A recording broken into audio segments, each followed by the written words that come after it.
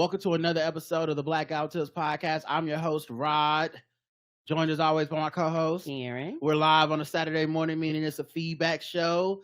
This is where you leave all the comments you want us to respond to and respond to all the things we said throughout the week. The official weapon of the show is the folding chair. And the unofficial sport, bullet ball. And bullet ball extreme. And today's show, like I said, is feedback. That means we're going to talk about the comments you left on our website, votes in the poll, if you left any voicemails, emails, all that stuff, 5-star reviews if we got any. We do it all. Of course, the first people that we need to shout out, though, are the people that took the time out to give us money. May I have your attention? You are now listening to Charlotte's Own, Rod and Karen. We welcome the good folks who tied to the Black Tiger Tips. That's right. New denominations, new remuneration.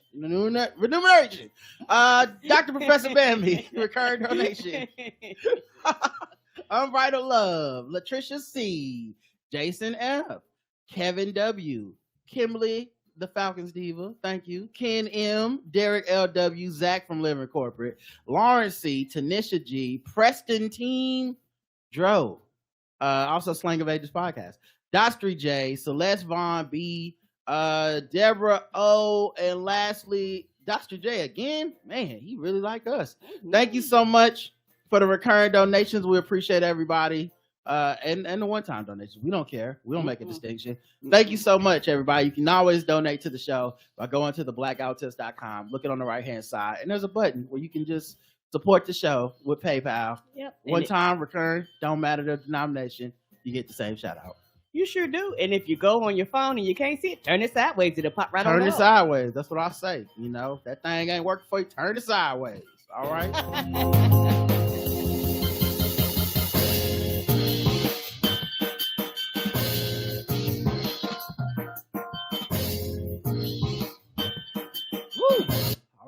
Stop for somebody get the Holy Ghost. All right. All right, we got comments and all that stuff to get to, but first, let me check to see if we got any 5-star reviews. All right. Okay. So it looks like we got one new one. Yay, I'll take it. From the United States of America. Appreciate y'all is what it's called. I love a good appreciate y'all. Okay. I say appreciate it all the time. You know, you gotta make sure you take that A off. Appreciate y'all. I'm slightly embarrassed that it's taking me this long to write y'all a 5-star review, but I've been listening to you guys for a minute and appreciate all the work you put into entertaining and informing us. I became a premium member about a year or two ago, and I also listen to all of the other shows that are part of the Blackout Tips universe. Also, I'm one of the listeners that's contributing to your UK number. So while and this is from Brazian, so while it says United States of America, you're listening from the UK. Shout out to you. Thank you. Okay. We love the people across the pond. Yeah, all right. Do. Turn up, Gov, is what we say.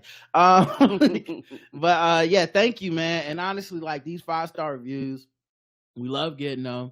And it's never too late to send one, no matter how long you've been listening. Because think about this, Brazian and everybody else. You've been listening forever. You haven't sent a 5-star review in yet. But if you hadn't sent it in this week, we wouldn't have had any to cover. So It doesn't matter how long you've been listening. Do that thing. Send that thing in, man. We wanna hear from you, and we wanna feel that hug. It's basically like giving us a hug. Yes, giving us a virtual hug. And if you've already left one, leave one again. And if you like, well, Karen, I ran out of email addresses. Y'all know y'all got husbands, wives, kids. Y'all know their email addresses. Use theirs. Who cares? Hack their accounts. Yes, we just want them 5-star. And while you in there, look through their pictures. Maybe they been cheating. I don't know. What your kids been up to? Okay, check their emails. Yeah, who they following on the gram? I don't know. Get in their business. I don't care. If your family is destroyed by leaving us a 5-star review, that's just the cost of listening to the podcast tip. That's the cost of doing business. All right, episode 2812, the canceled rack. We got 9 comments on this feedback episode. What the hell are we talking about? I have no idea. Feedback episodes get the same description no matter what. So we talk about what y'all want to talk about. Of course, the first person to reply is Apia.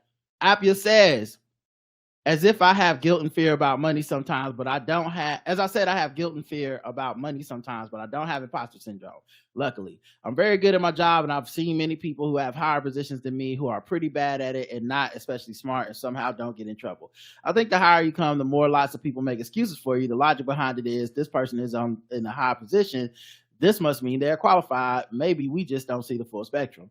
I don't have self-doubt about my capabilities. I'm really very smart. Of course, I listen to your show and do work hard. Also, I'm funny and charming. Coworkers normally enjoy me a lot. I would want me as an employee. Oh, well, we love to see the confidence. Mm-hmm. She also writes back in to talk about her friend saga, her black friend saga. The friend saga continues. I texted her that we could, if she wants to, meet up after the 20th of December.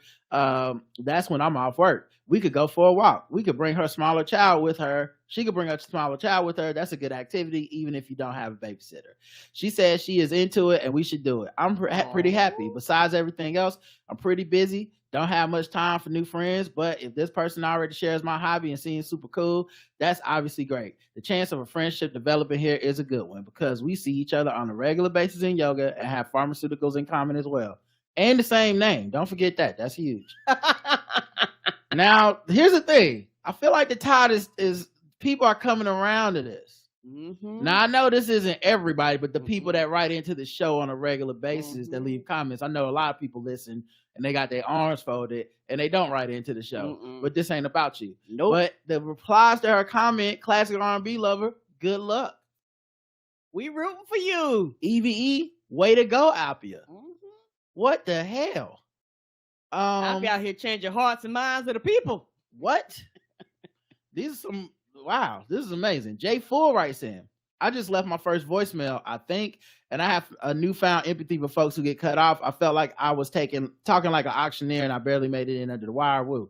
Also, Appia has made me do a 180 on her black friend saga. I'm rooting for her like it's the Black Lorette. Oh, shit. What the? Even Jay Full? One heart at a time. This makes me happy, says Appia. Wow. All right. Good luck. Man. Classic R&B lover says, my answer to the poll, which is, have you noticed movie theater concessions slowing down, which is a poll inspired by our good friend Nick Jew. I saw her saying that on Twitter, and I believe she even addressed it on her podcast. And I was like, yes, this. I never stopped going to the movies, really. Like, I've been going for a while. But it is terrible now. But it fell off. Even if you got the AMC Stubs thing, it fell off. Mm-hmm. Like, the only time you really get good service is now that they not fucked up, but switched up the times to where you got to go to the movies at these weird times because they don't show the traditional, like, at least the way we were going. Mm-hmm. It was like 4 or 5-ish type movies, 5 o'clock. Mm-hmm. We would go to those movies, and then they have a 7 o'clock show and 10 o'clock. Well, now they have like 3 o'clock, no showings until 7 o'clock. So we have to go to movies at weird times, like 3 o'clock. No one's going to those movies. Right. Then we get fast service because ain't nobody there. Right. And so you can roll with a staff of 3 because nobody's fucking in that bitch. Yeah. Like, they got to actually go get behind the counter because they was just chilling because they didn't expect nobody to show up. Right.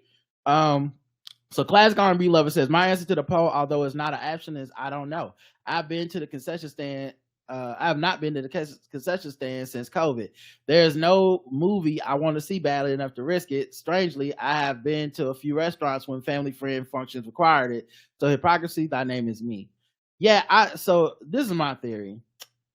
The people that say they ain't go to the movies because of COVID are lying. It's not because of COVID, and it's fine. It's because like you pointed out, you've done other shit. And most people have, right? And honestly, COVID is not spreading through the movie theater for real. Like, the places that people are actually getting COVID are places where they're crowded with a bunch of people who aren't wearing masks for a prolonged period of time. Right. That's not really happening in the movies that often, just based on how sparse movie attendance is. Mm-hmm. Obviously, the assigned seating thing.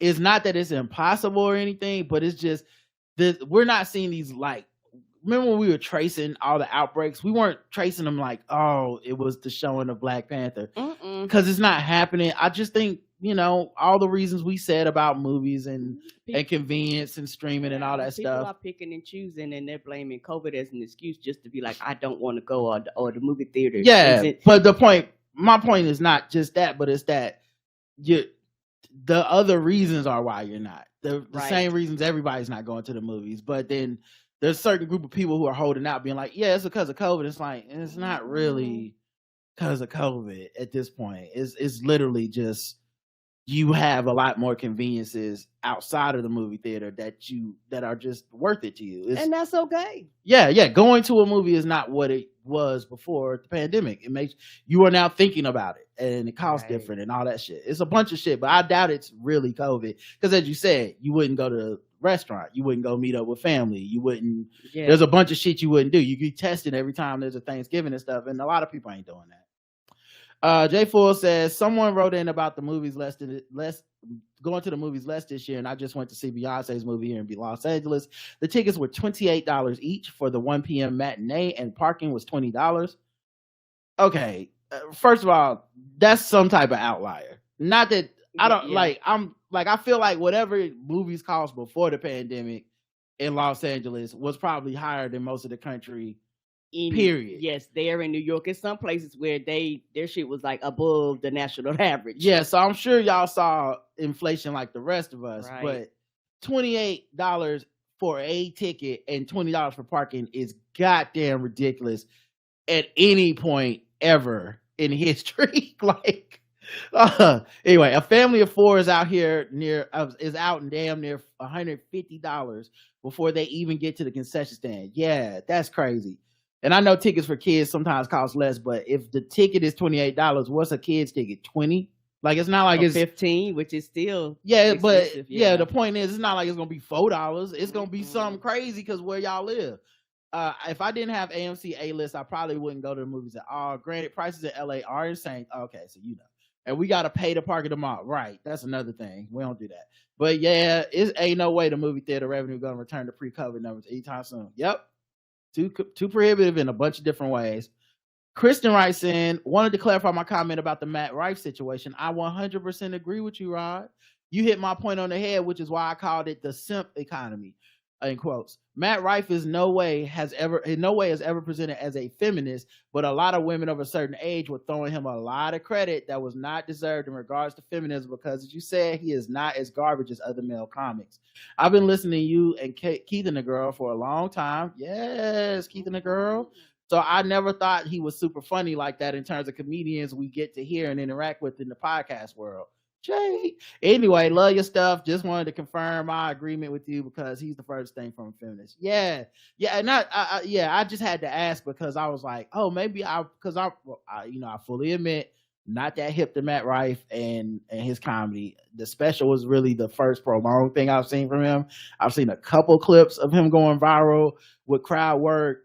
And I'm not even knocking the crowd work. I thought it was funny. I know a lot of people kind of shit on just the idea of comedians putting out crowd work. I mean, the algorithm is the algorithm. You can want to be successful or you cannot want to be successful. You're not getting bonus points for being like, fuck it, I refuse to participate. Okay, cool. Then we won't see you on TikTok. Hopefully we'll see you in a comedy club. But the viral clips I saw of him, I did laugh. I was like, oh, okay, I see what the appeal is. But I thought maybe I had missed some clips where he was really being very feminist. And so I had to reach out to my, crack research team, JL Covan and Andy Klein. And they be doing those research. Yeah, because they'll pull up the clip and everything. Like Andy hit me back with well, maybe this clip they're thinking about, but this isn't very feminist. And I was like, thank you. And yeah, it was what I thought, and it's what you confirmed. I think the bar is in hell for men, and his comedy to me at least what I saw wasn't mean. And I feel like that's a betrayal to a lot of his fans because at least online, let's call them online fans, because I don't know that those people would have gone to the comedy club for him or not. I'm not sure, but it seemed like he had enough of a following that he was able to go places and have people show up. So maybe those people were showing up. I don't know. But it seems like whatever was in that fucking special at least for me, it was me. And I think and that's what matters, because for a lot of people like me, not trying to be funny, it was like, whoo, because I'm not on TikTok, I'm not on that platform, that's a separate audience. And then I think the biggest thing for me is that a week after the special comes out, he's on the Jordan Peterson podcast, and the podcast is talking about cancel culture. And I'm like, this feels like a grift. This feels like an off ramp. This feels like, and I don't know him, but this is how it feels to me. Cowardice. Because I think the cowardly way out of being a comedian now is, if you can't be funny, then piss everybody off. Right. And if you can piss everybody off, then you can just decry being a victim of cancel culture and being silenced and shit, because you couldn't think of a joke. You couldn't be funny. So this is what we got to deal with, is your ass running around like, they don't like real comedy. I'm like, well, it's kind of hack. When are we going to talk about this? Black eye joke is some street joke that's been done since 1903. My thing is, there's a lot of other comedians that are good at their jobs that tell motherfucking jokes. So what's your problem? Yeah, I'd rather not like you because your jokes are if I'm gonna not like you, I'd rather be like, the jokes aren't funny. Right. So you're really doing me a favor by trying to turn this into some cancel culture shit, because I'm like, oh, you didn't take the time to write funny jokes. Right. Okay. All right, well, I mean, other people might be mad because of the content matter.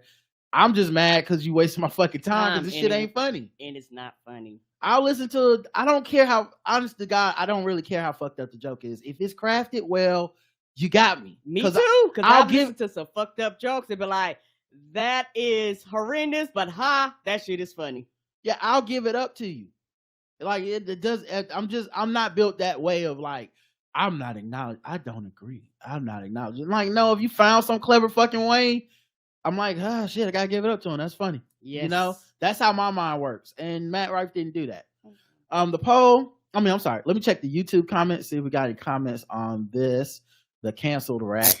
Oh, turn the volume down. Carrie Moon says, maybe I'm late seeing the trailer just now here on YouTube, but the Godzilla and Kong have a rematch. I guess coming in 2024. I rushed over here to hand props to the Rod Was Right train, or at least to tip the hat to his forward thinking on the whole movies not making bank fiasco and how companies semi-hurt themselves with their own streaming platform, same day releases, COVID strategy going on a little too long. Great minds must also think alike. Warner has the ad for this Godzilla Kong mashup saying it will be in the theater only release, to be determined if they stand fast with this or cave and allow HBO Max same day stream as well. Sounds like for their own good, they need to at least attempt what they used to do pre-COVID with a stream release a few weeks after the theater. Then the hard copies follow a few weeks after that. Man, if we even doing hard copies anymore. Yeah, little shit. Best Buy, Best Buy and Walmart not sold them. Yeah, and not trying funny, those are like some of the largest like physical store distributors in the country just about. Yeah, you can find them at other places, but you know, in most cities, some big, some small, you're going to have at least a Walmart, even if you don't have a Best Buy in your city. And so when these places don't have it, for people that might not shop online and buy all their shit through Amazon, like, what else is there? And when they do this, a lot of times they make the physical copies where you can't even get the shit through Amazon. So what do you do when you can't go to the store, nor can you get it online? Studios can focus on putting some pressure on theaters to come down on concession and ticket prices to help people come back if possible. I think lower prices would help greatly, as everyone can't make the discount time slots /day. I've never minded a large popcorn and drink. Now they don't even allow the one refill on top of the price increase. It contributes to turning me off from even going. It won't stop the influence of negative naysayers who blast some work online, but they can even get a chance to be seen. And all the effects that has on morale to go see a movie to begin with, sure. But it might be worth a shot. Hope they figure it out, and I'm hoping for the best outcomes for everyone. Yeah, I just wonder if we're like 2-3 years away from like someone either having to come in and like save the movie theaters, or just like movie theaters not really being a thing. Like maybe if you live in a major town, you have a movie theater, but if you live anywhere outside of that, you don't. Right. Because I think my hypothesis is it's going to be a niche market. Honestly, like going to the theaters is going to be a niche market, because people keep forgetting that like we've had several moments during the pandemic where it's like such and such movie saved the theaters, and then a few months later, it's like the theaters need saving again.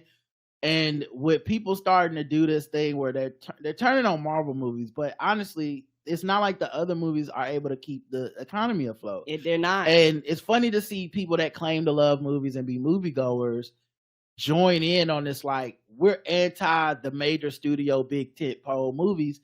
Well, I'm sorry, y'all. Nothing else is keeping the movies alive. So the theaters alive. So when everything does have a smaller budget, because this is what people keep missing. They go, well, they're looking at these studios and the profit model, and I'm like, yeah, but the theater doesn't operate on that. So, like, let's say somehow Marvel spent $200 million, $300 million on a movie, right? But it pulls in, I don't know, $500 million, and it doesn't really break even once you add all the cost in and da. We look at the studio and go, well, it didn't make its money back. It doesn't matter to the theater. The theater has nothing to do with the budget of the studio. Right. The theater saw X amount of people come in and out because they saw a movie. Mm-hmm. That is dying. Yes. And so that's not a Marvel thing. The problem is that only Marvel, only these franchises were the things that got enough people out of their chairs and couches to come sit in the couches and the chairs in the movie theater. Mm-hmm. And those were the things that was sustaining the theaters, where and in my opinion, you need both. You need the big tent poles, you need the small tent poles. But these people that think that the movie industry can only function with these small tent poles is a lie. Mm-hmm. Because a lot of times these small tent pole movies, particularly somewhere here in Charlotte, you get too niche in these movies. It's like in the one theater showing at one time on one day for 1 month.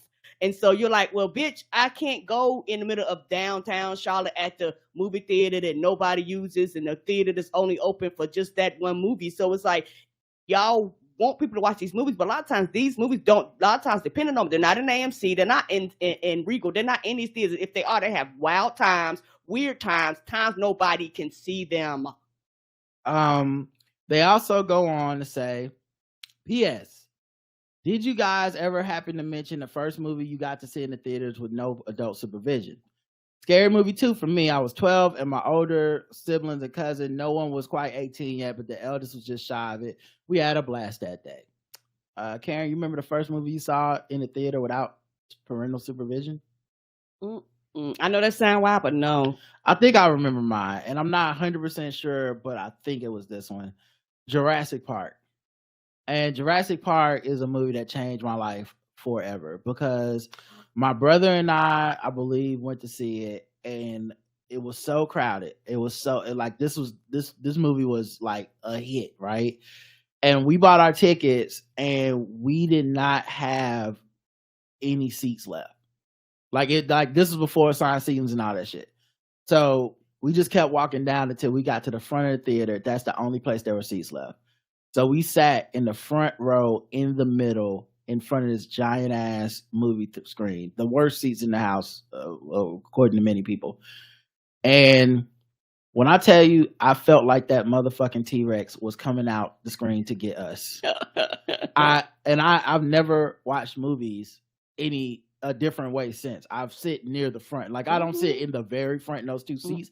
Although if those is what was left, I would sit there, because I'm not afraid of that anymore. Nope. But I sit near the front. We sit near the front, and it is a true immersive experience. Yep. And it's not. I mean, look, we need all types. I'm glad people enjoy wherever they sit, but if I have to sit in the middle near the back, I don't like it. Me either, because I'm like, this feel like TV to me. Yes. Yeah, I feel the same way, Roger. I'm like, I could have watched the TV at the fucking house. Like, I want to be close. I want to, if I'm watching something and somebody flies from the bottom of the screen to the top of the screen, I want my eyes to have to drag. It's just something about just that immersive feeling. And I do understand why, some people didn't like it, because over the years, years ago, theaters used to do this fucked up shit where the front row used to be literally fucking face to the screen. But as the years passed, they were forced to push that shit back because people was like, this is too goddamn close, which it was. You would literally have to crick your neck up. And I think a lot of people have been traumatized by that. So for a lot of people, they're like, I'm not going down there. And I want to say, obviously Scream 2 is, you're younger than me. But Scream 1, I remember also sitting in the front of the theater at the same location. And once again, much scarier being in the front than in the back. Like, felt like that nigga was gonna stab me. It was so good. I love an immersive experience. And I think, I might be wrong, but I think one of the very first movies that I seen without parental guidance was me and a friend. We had went to go see Twins. Mm-hmm. And it was not a good movie, but I do remember the experience. I just remember being bored to goddamn death in that theater watching Twins, because I was like, y'all lied to me. Y'all told me this is a goddamn comedy. Yeah, I remember, and I remember a bunch of movies that I went to, but I just don't remember. Like at Queen's Park, I surely went to some movies, but they were hood movies, and I just don't remember the year that came out and which ones I had parents that did not. Same. Because I know like Boys in the Hood, I went to see that. Panther, like a bunch of stuff in there. Who's the Man? Saw that in there.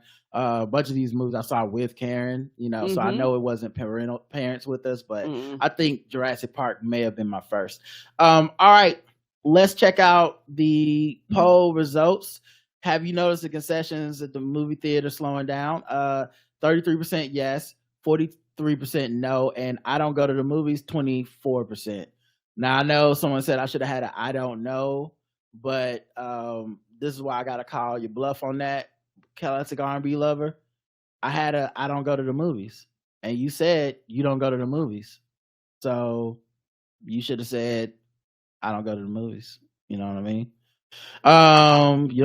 If you go to the movies and you don't go to the concession stand, you don't go. Then that counts. You put it in I don't go to the movies. It counts the same. You're messing up my science. The polls results on this website very similar. 36% yes, they've noticed a slowdown.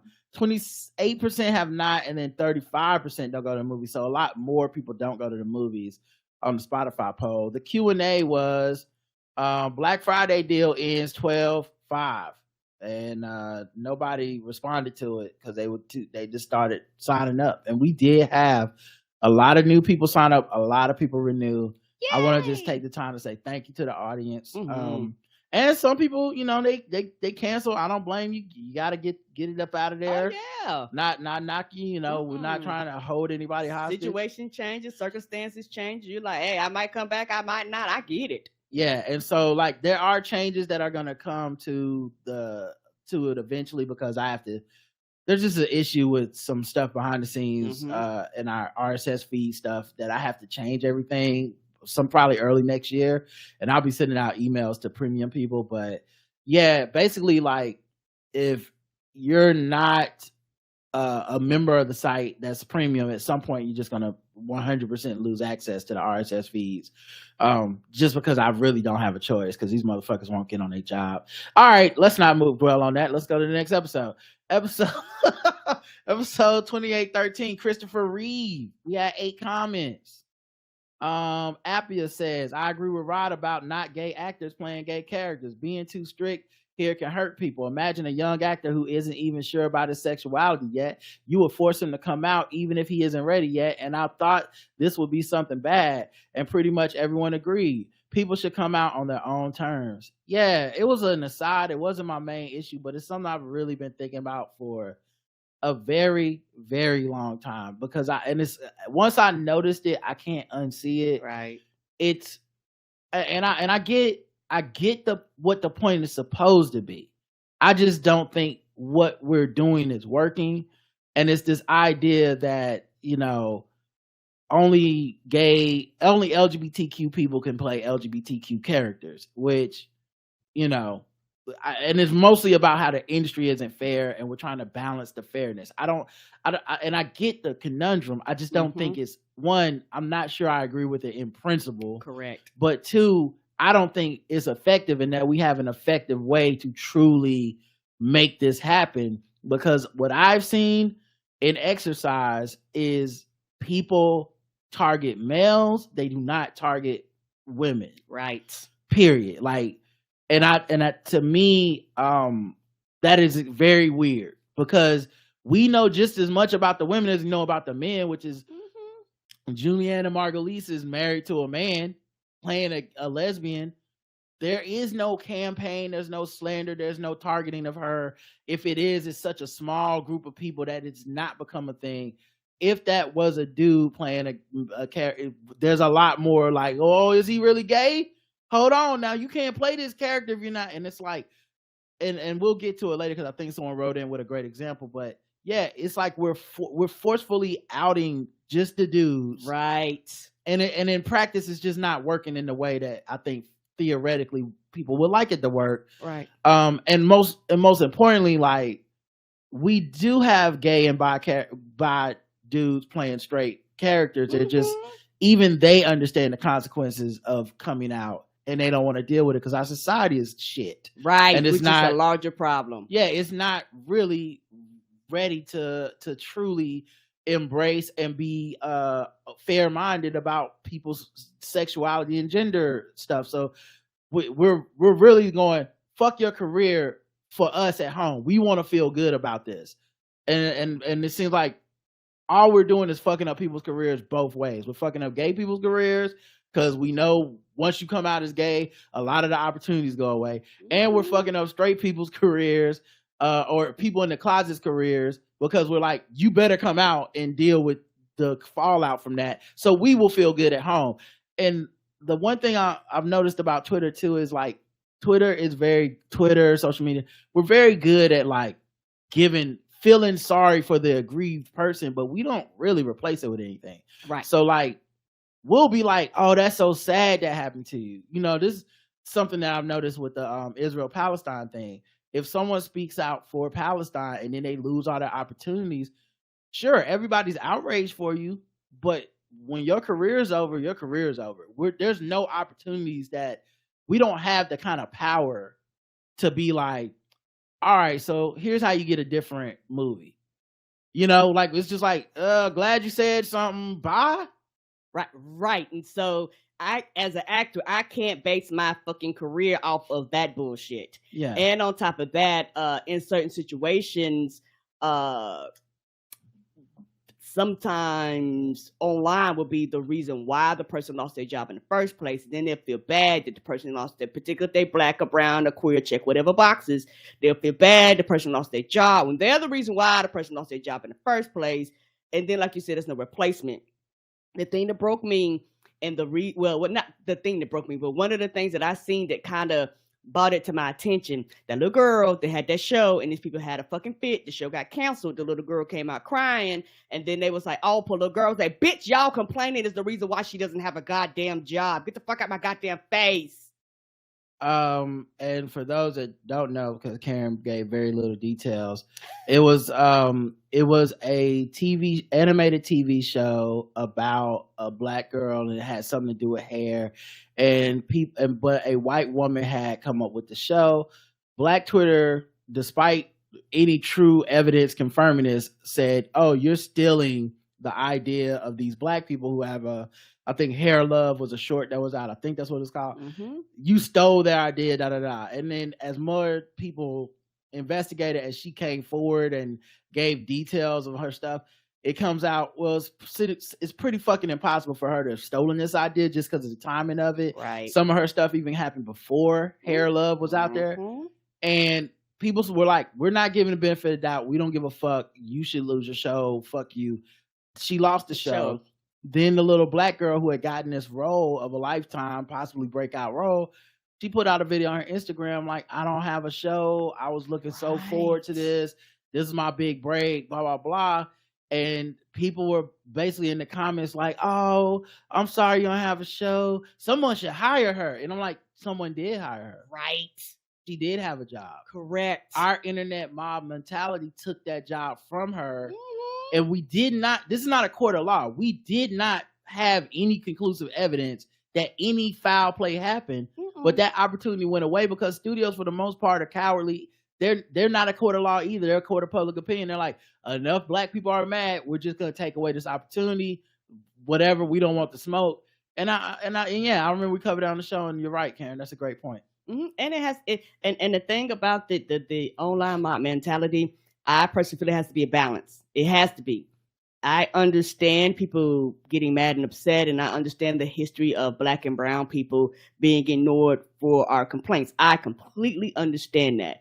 But at the same time, it's very difficult, and the studios need to decipher what's the difference between a valid complaint and like just attack mode. Like sometimes I don't think the studios will or do need to do that, because at the end of the day, they're a craven capitalist entity. They're not a court of law. Agreed. They're not about being fair. If enough people are upset about something, they just run away. That's what the fuck they do. And honestly, a lot of the online people know that and take advantage of it. That's why they're always trying to like force some type of campaign. If it wouldn't have been that show, it would have been another. Agreed. But the thing we point out on this show is like sometimes it's kind of fucked up, and I think we've done that.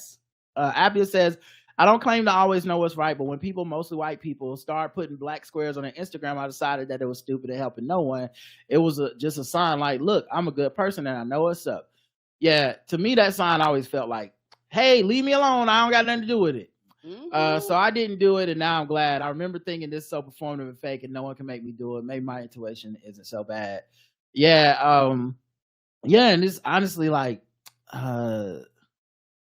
there's a contingent of folks that it is their online currency to see who and what they can influence, but at the same time, it's kind of like this gaping black hole that will never be satisfied. And so I do remember at the time there being certain types of black people. I'm not gonna cast aspersions on all of them, but I have my feelings and thoughts about it. Mm-hmm. But there was a certain type of black person influencer that felt like black squares and check on your black friends was like the call of the day. And they're just a different type of black person than me, because to me, I was like, what the fuck do this got to do with George Floyd? Right. And I don't care. Nope. I need actions. I don't care. And honestly, like, even when the corporations were like, we're going to hire some black people, we're going to give money to some black causes, I was like, this don't have nothing to do with George Floyd. I mean, take the money while you can get it, because white guilt is a finite resource. I'll never knock any black person for getting their money from when white people have some bad feelings. Oh, we elected Trump. Here's some money. Okay, cool. But do I feel like that's progress or doing anything? No. I don't think nothing changed. I think cops could do exactly what they did to George Floyd tomorrow, and we'd be going through the same shit. It's just, if anything, it'd be less of a response. So yeah, I wasn't one of these people that was moved by that. And at the same time, I wanted to say I wasn't angered by it. We weren't copping on here every day getting mad at people. But I feel like people are looking for a solution to anger and oppression that's not the solution. They think these are things they think would help. Oh, call me and check on me. Put up a black square so I know you're good. And I'm like, that's the thing about racism and oppression. You ain't never gonna feel safe. You ain't never gonna truly feel good. It's not enough black squares in the world that's gonna make you feel good. Not enough. And you saw when white people were putting up black squares, people started picking on them. Like, oh, you think that's something, bitch? And I'm like, y'all asked them to do it, and then you shitted on them for doing it. Right. When are we gonna admit the problem bigger than Instagram and shit? Right. Make up your mind. Ann says, I don't have an opinion about the conflict between Palestine and Israel, but I do have an opinion about how black people, specifically out of all minority groups, are being called out for their response to it. Focusing on black people's reaction makes all past acts of kindness look transactional, as you said. Mm-hmm. It also has a hint of black people being ordered to do their job or else. And it comes from a need to have black people's seal of approval in the world of victimhood to validate whichever side gets support. And yeah, you said everything right there. Mm-hmm. Every fucking thing. Yes. And like, why are we in it? You know what I mean? Like, okay, so you saw some black people, you saw the Black Lives Matter Chicago people, which, if you know anything about Black Lives Matter, don't mean shit. Because remember, they're a leaderless organization operating as 90 million separate entities, and they don't have any like global organized moves and stuff. If any, you know, they've been organizations, shit like that. Yeah, that's what I said. They've been throwing parties at mansions and shit. They offer this, okay? Mm-hmm. So already this is, I know it's a short period of time, but Black Lives Matter as an organization is essentially a non-factor at this point. When's the last time Black Lives Matter showed up and did any fucking thing? That, like, it's just at this point the slogan and the movement outside of that organization is the only remnants of Black Lives Matter. But we ain't been talking about the org doing a goddamn thing since like maybe right after Trump's election. You saw a little bit. Yep, and after that shit stopped because Trump started passing laws and shit go whoop their asses, and people's like, hey, I ain't trying to get my ass whooped. So I think white people don't check in with us and they don't know. So they seen that thing, and I'm sure if I was Jewish, it would have affected me too, because I think what Black Lives Matter Chicago did was crass and over the top and very unserious. Because even if they felt a way about that paratrooper fucking flyer, which was tasteless and came out on October 7th, let's say somehow you're like, I don't think that was bad. I do think they was okay. But then when they put out the flyer about come to the march to try to fuck Palestinian dudes, at some point you have to be like, this is not a serious situation. You're not being serious. Nope. Like, this is content. So either you're serious about the liberation of these people or it's about content. Because I know if I don't think that Black Lives Matter organization would have done that shit with a black cause, something that happened in America. If something happened to a bunch of black people killed in a bunch of black people involved in some type of conflict, I don't think they'd be like, come out to the march. You might meet some cute dudes out there. We'd be like, are you crazy? Right. So yeah, I do get it. I do get why people were upset by it. But in general, I understand how they might feel like we need black people on our side. Both sides feel like that. Palestinians feel like that. They want black Americans on their side. Jewish people feel like that. They want black Americans on their side. But we ain't a monolith. And especially when, like I said, when we were having marches and when we were having things going on with police brutality in like 2012 and whatnot, it was online on Twitter, a lot of Palestinian people that reached out and told people how to deal with basically tear gas and riot police. And that bond started. And as much as people talk about the Jewish and black community going back to civil rights, the Palestinian and black community go back a long way too. I'm talking Black Panthers and shit. So what it sounds like is that a lot of Jewish people were not aware of that, or they just were counting on just kind of like unquestioning loyalty from the black community in general in America, and they've been insulted or shocked or betrayed or whatever in their minds that that's not happening. And so it's turned into this hyper focus on, and they don't, you blacks and you lesbians. And I'm like, yeah, I don't know why you think that's going to help, because yelling at those people is not changing anything. You're going to make them mad. So, anyway, SD Star says, my extended family is mixed black and Jewish, and we've been comparing messages we've been sent on social media. Rod is right. Different demographics are definitely getting fed different messages. To us, it feels like the differences can't be explained by just an algorithm. There's an organized effort to use social media to take advantage of the violence in Israel and Gaza. A lot of the TikToks and Instagram reels about Israel seem to be designed to tear apart the black and liberal coalition that elected Joe Biden. The reason this issue is being boosted on social media is that it serves the interests of conservatives. If young voters, Arab voters, black voters, Jewish voters, and liberal voters are all at each other's throats in both America and Israel. I know that's a conspiracy, but I mean, it's not that far-fetched to me. No, it's not.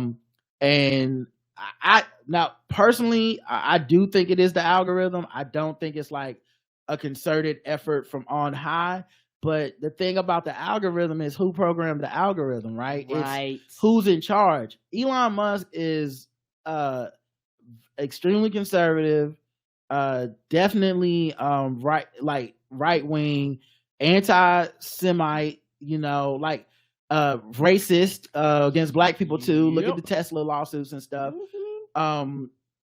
You put a guy like that in charge of something like Twitter, I feel like he takes the brakes off the algorithm. Yes. He's losing corporate sponsors and shit, I don't think he give a fuck. Like, Mm-mm. I think the algorithm unchecked, as we've seen in the past, will always bend towards injustice, oppression. It will always, when Facebook basically helped steal an election, Right. it's because they were like, fuck it, we want money. We don't care where the money's coming from.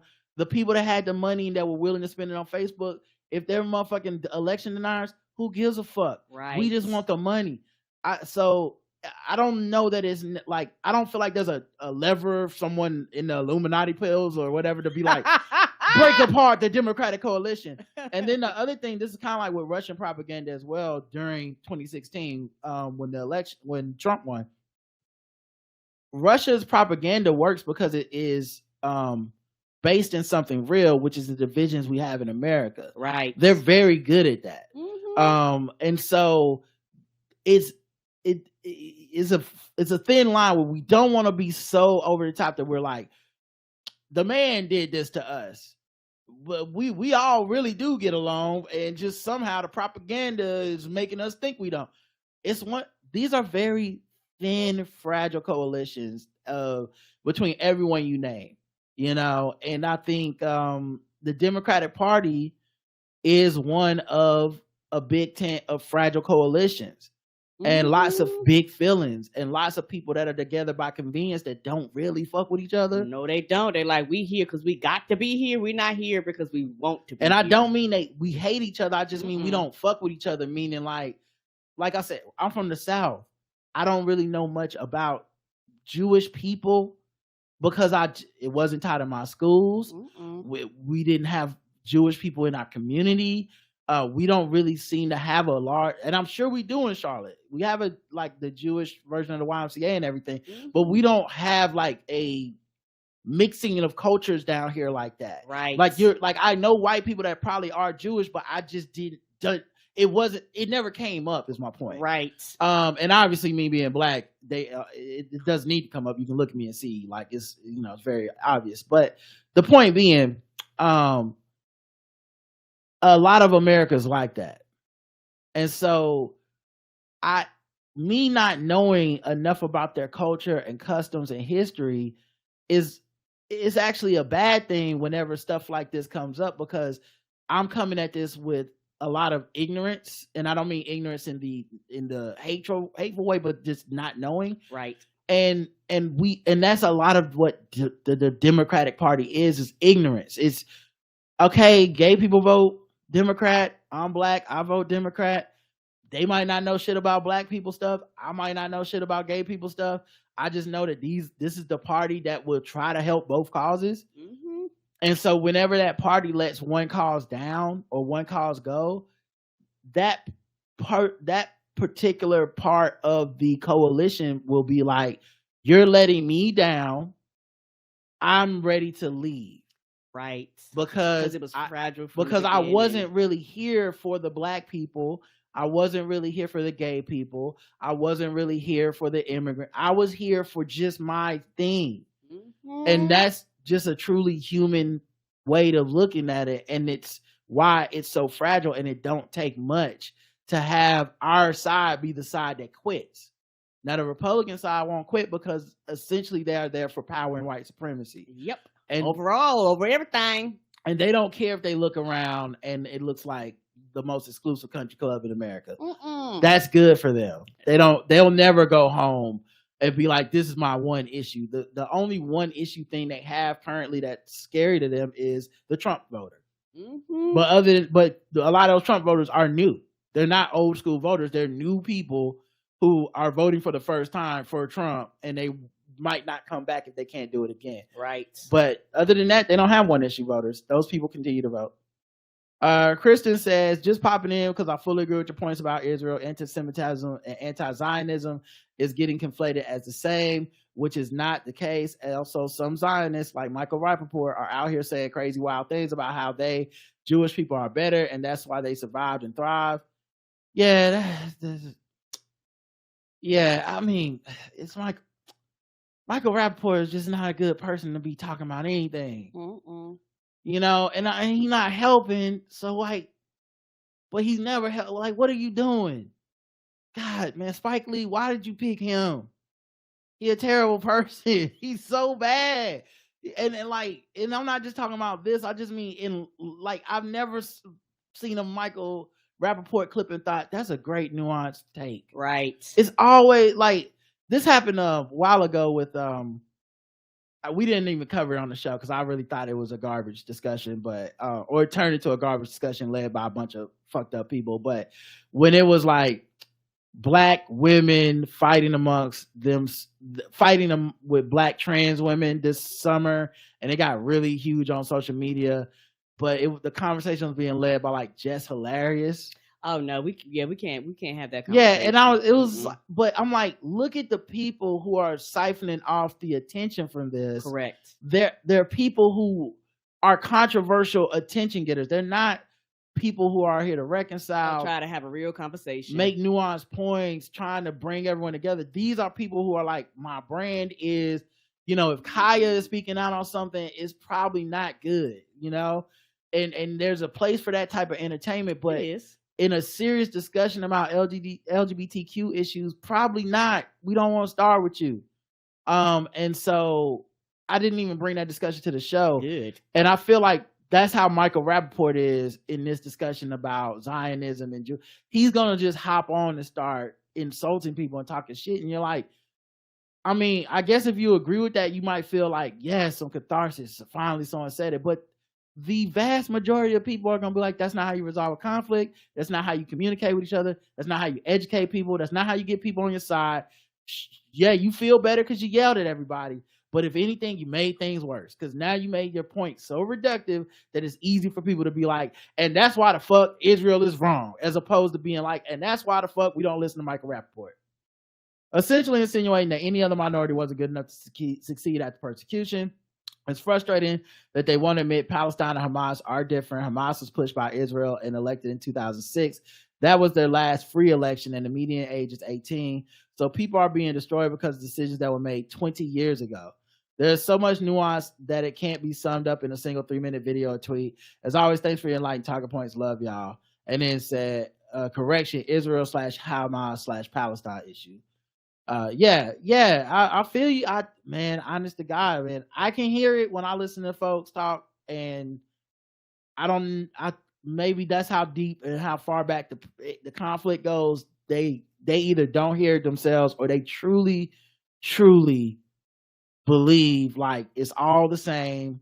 It doesn't matter if 15,000 people die or not.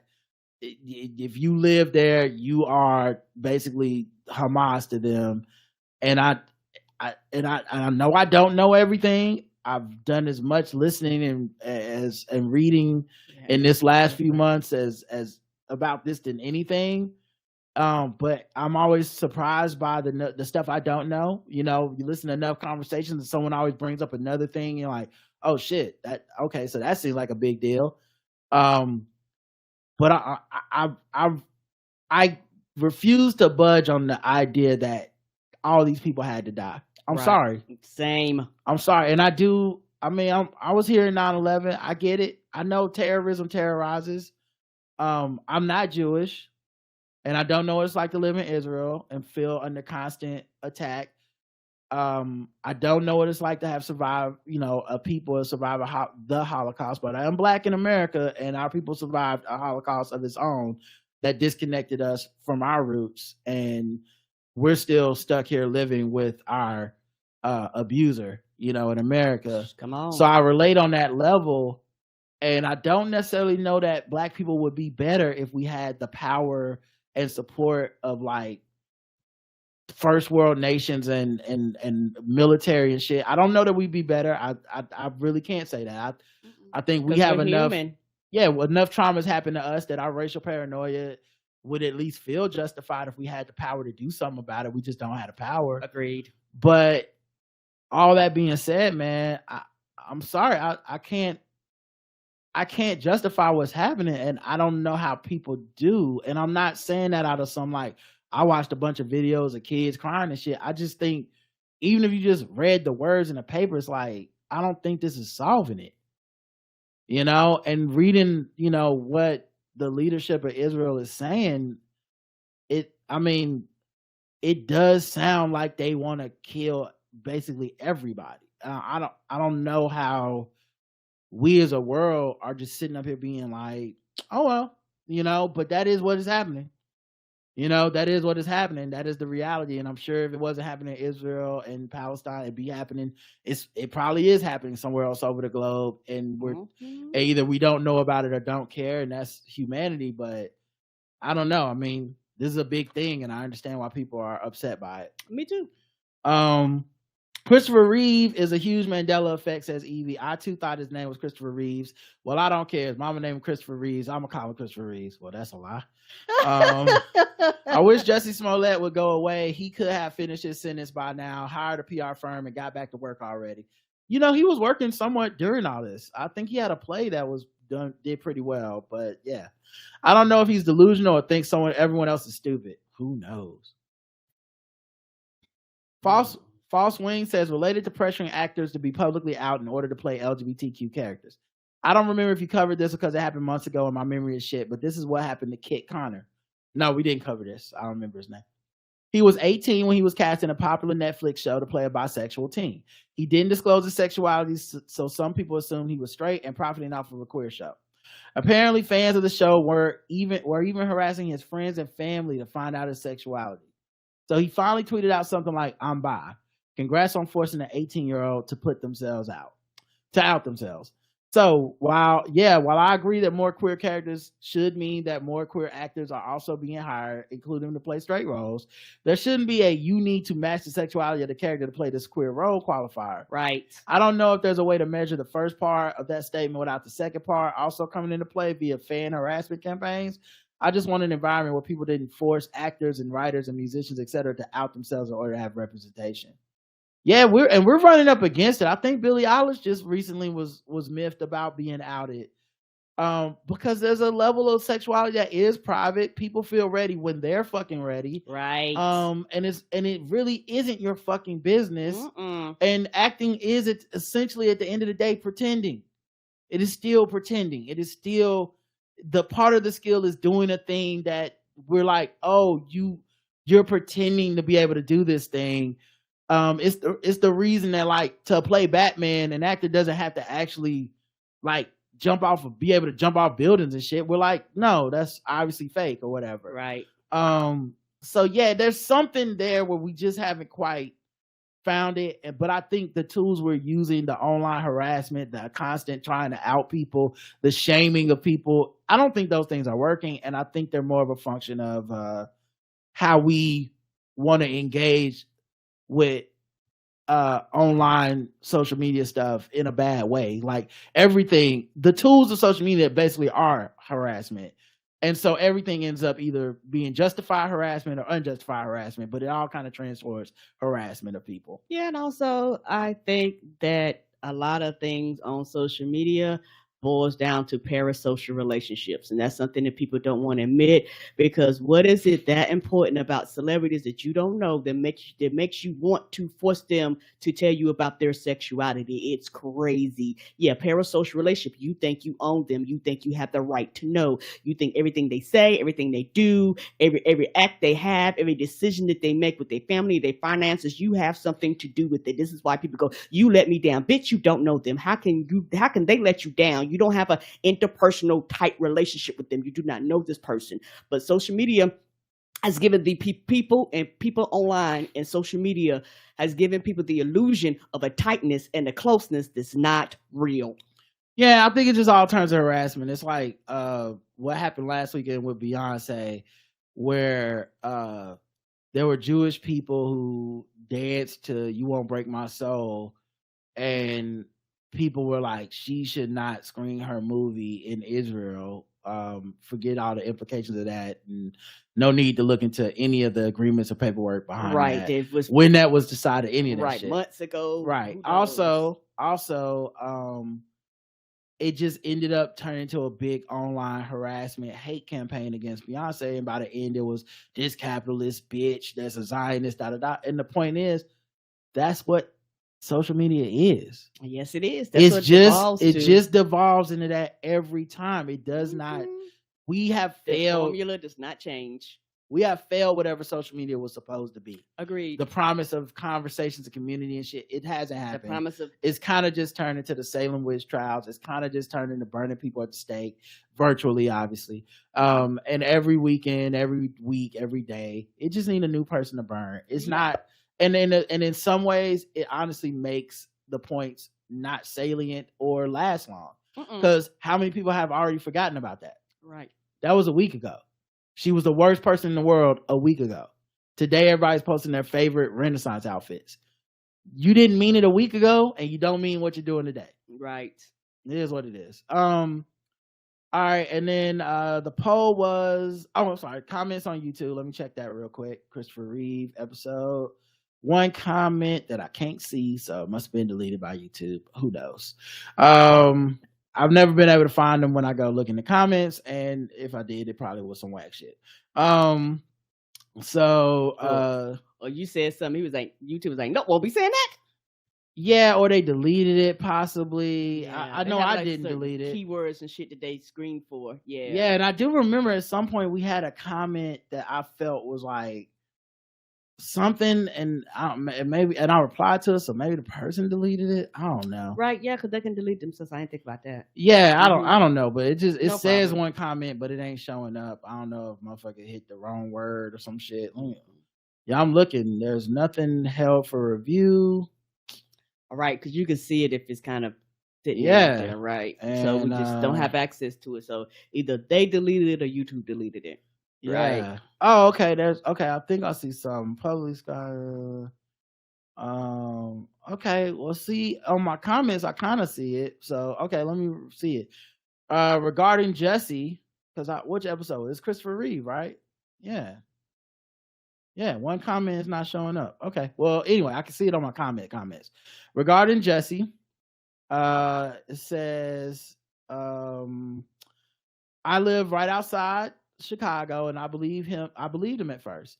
When the lie broke down, I didn't feel like he needed to be charged. The fine would be enough. But the racist head of Chicago FOP and all the right wingers trying to bring down Kim Fox ran with it. It was a waste of money, but at this point, damn, just take your punishment and put this behind you. That's how I feel about it too. Mm-hmm. Like, I feel like he pushed it to this, and I don't have sympathy anymore. I do not. Like, you could have stopped lying at any point, and you know, I know good faces, and they're gonna be like, they're like, no. I know good people that went down with the Jesse ship to the bitter end, and I'm like, I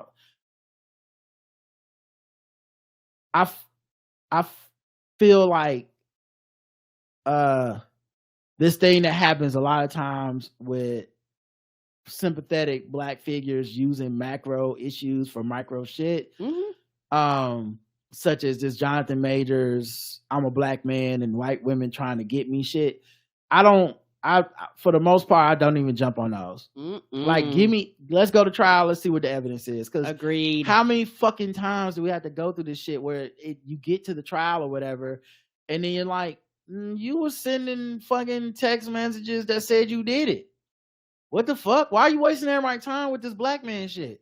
Stop doing that. You're not Emmett Till, bro. You're not the gay Tupac. You did some wild shit and just kept pushing it. Too bad. It's not a conspiracy from the top of the government to get you. Right. All right. The poll, did you know Christopher Reeve's name didn't end with an S? Damn, I just did it again. Yes. 54%, 46% no. So I guess most of y'all knew. Okay, congrats, smarty art niggas.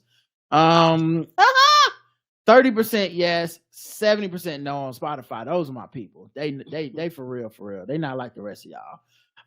Liars. The Q&A was, they woke my daughter up at gunpoint. Again, nothing new to the black and brown community. Felicity Huffman. Oh no. Jed Damo says, when I went to the doctor, the nurse saw my company name on my jacket and said the name with an S, even though it clearly does not have an S at the end. And yes, he was black. LOL. I'm black too. Zalora says, there was another actor who played Superman in a television show back in the 50s. His name was George Reeves with an S. Raphael says, I know Christopher Reeve's name. However, after crossing 7 rivers and mountains in search of El Dorado, I began to say Reeves. I blame all communities that haven't supported my hustle for this. Then he put, I think, maybe a cash emoji. Alicia says, now why are we in it? The Negroes. Right. That's all I want to know. Top Flo just says, everyone, boo this nigga, Tyler the Creator. All right, let me play a little music right here so I know where to put a commercial break later on in the show. Because we still gotta get this bread, everybody. Here we go.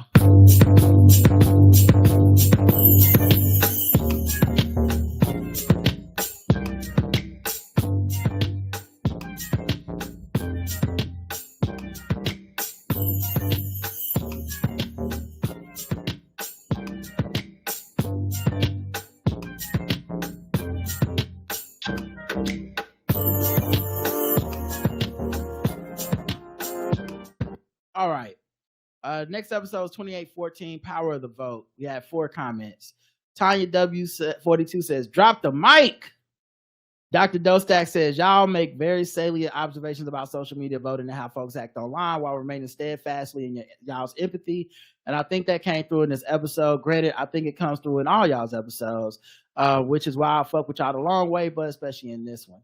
I feel the same way about voting. Finding a picture of my mom in college at Dr. King's casket viewing put things in a different perspective for me. I haven't really posted anything on social media about the Israel's destruction of Gaza, but have seen a whole lot that folks have been posting. I used to post a whole fucking lot, especially during the 2016 Democratic primary and the Trump years. But I stopped after realizing that my anger and pain over the 2016 election and overall fear for this country had me online doing the emotional equivalent of trying to fill a barrel with water that has a hole at the bottom. Yes. I agree with y'all in not engaging with folks saying online they're not voting, especially in this context. Nobody is Black Canary. They ain't screaming a brick wall down.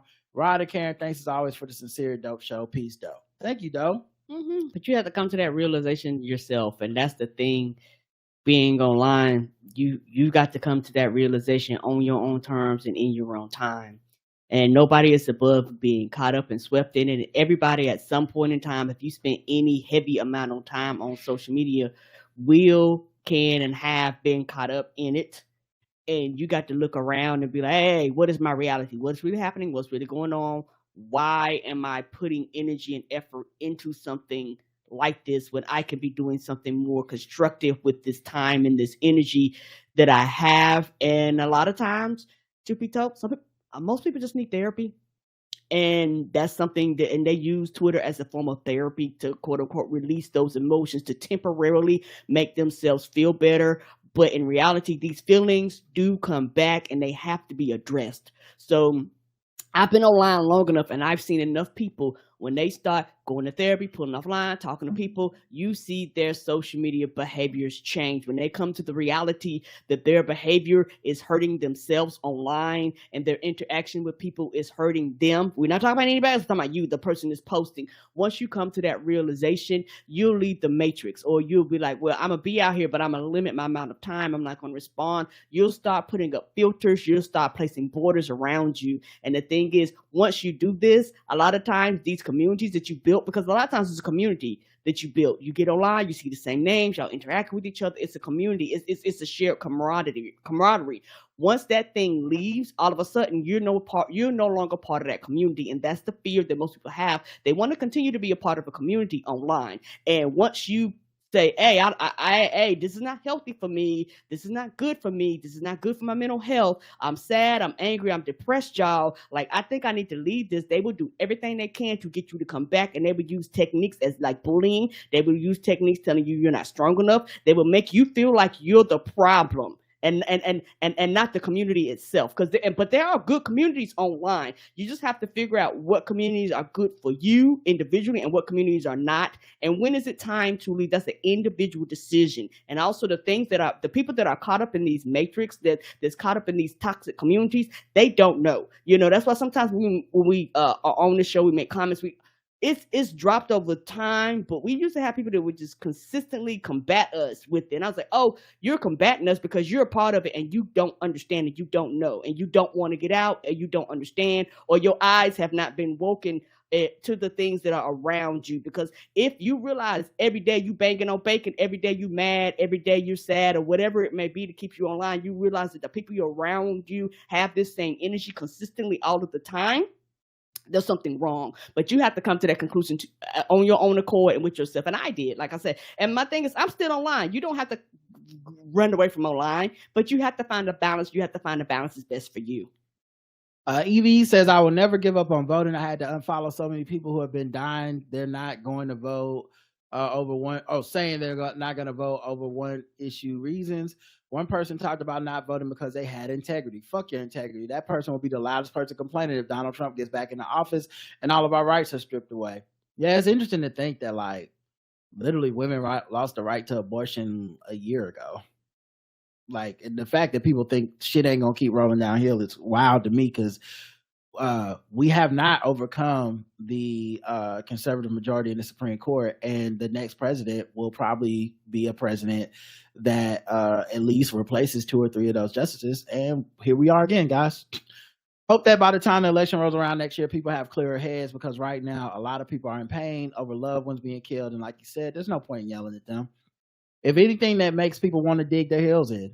Right. I don't know why people are, I know why, but it ain't working. It's not helpful. If the goal is to get people to see your point of view and go to your side, then why do you think yelling at them is helping? It's, and I guess it's, it's a generational trauma thing, and it's just so much bigger than just this one moment for so many people. But I mean, it's not it's just, what I'm looking at is what's working, and I don't see this working. Yeah, you brought up something while you're talking. You brought up something, and I am completely guilty of this. And I've learned how to balance and check myself when it comes to this. Another main reason why I don't respond to those people, everybody's responding out of fear. They're scared, and I'm scared. And everybody's coming from a place of fear and scared of the results.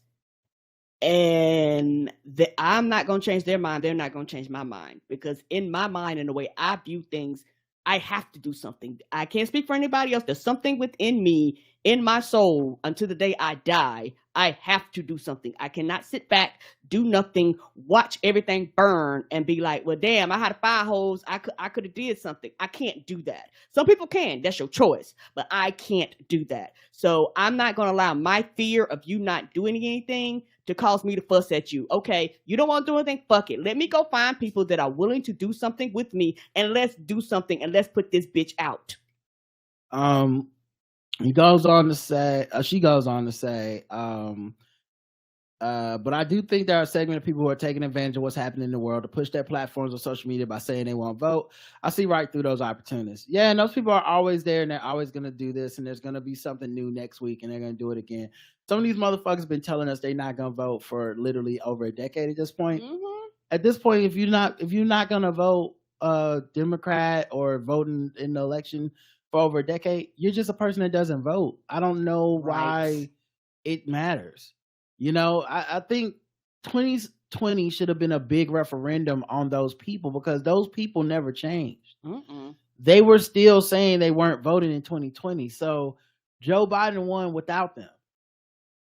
So, and of course, as soon as he won, all of a sudden those motherfuckers tried to take credit. No, you told us you don't vote. You weren't going to vote. You said he's going to lose the youth vote. You lied. Though you are saying things and you don't have any proof or evidence, people are arguing with you because that's what social media is for. Just let it go. I don't, okay, you're not going to vote. Then if there's enough people like that, we'll get Trump or whatever, and y'all will blame the Democrats and I'll blame you, and we'll just keep the cycle going. But I don't really give a fuck at this point. I'm going to do what I do. I'm going to be as responsible with my platform and our podcast as I can be. And that's all the fuck I got for you. Like, I'm not yelling at you or arguing with you or helping you get your catharsis by like yelling at me and calling me names. Feel how you feel.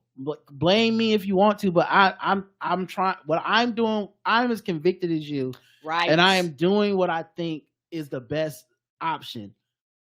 That's it. I don't have anything deeper for you, and you know all the right reasons and that I believe in, and I know all the reasons you believe in, and they're not moving either of us. So why would we need to keep fighting? Agreed. Sailor Agony says, I don't have much to add to the excellent points you made on this. It's ironclad at this point. Honestly, I've stayed out of much of the Israel-Palestine social media discussions online because it's online, and I'm not going to get anywhere with people having a shouting match about whether people are going to vote or not, because Joe Biden isn't doing a ceasefire, but he did a pause. I've been on my block game for wild takes, but I've also just don't talk about it. Not worth it. I'm sick of anger and performativeness. Beating the shit out of us is exhausting. I'm exhausted. The people in both countries are most definitely exhausted by their long time wars. It's all sad, but I don't have to join in. This shit is mad complicated, not as easy as just slapping some sloganeering up to the proceedings. It's a lot.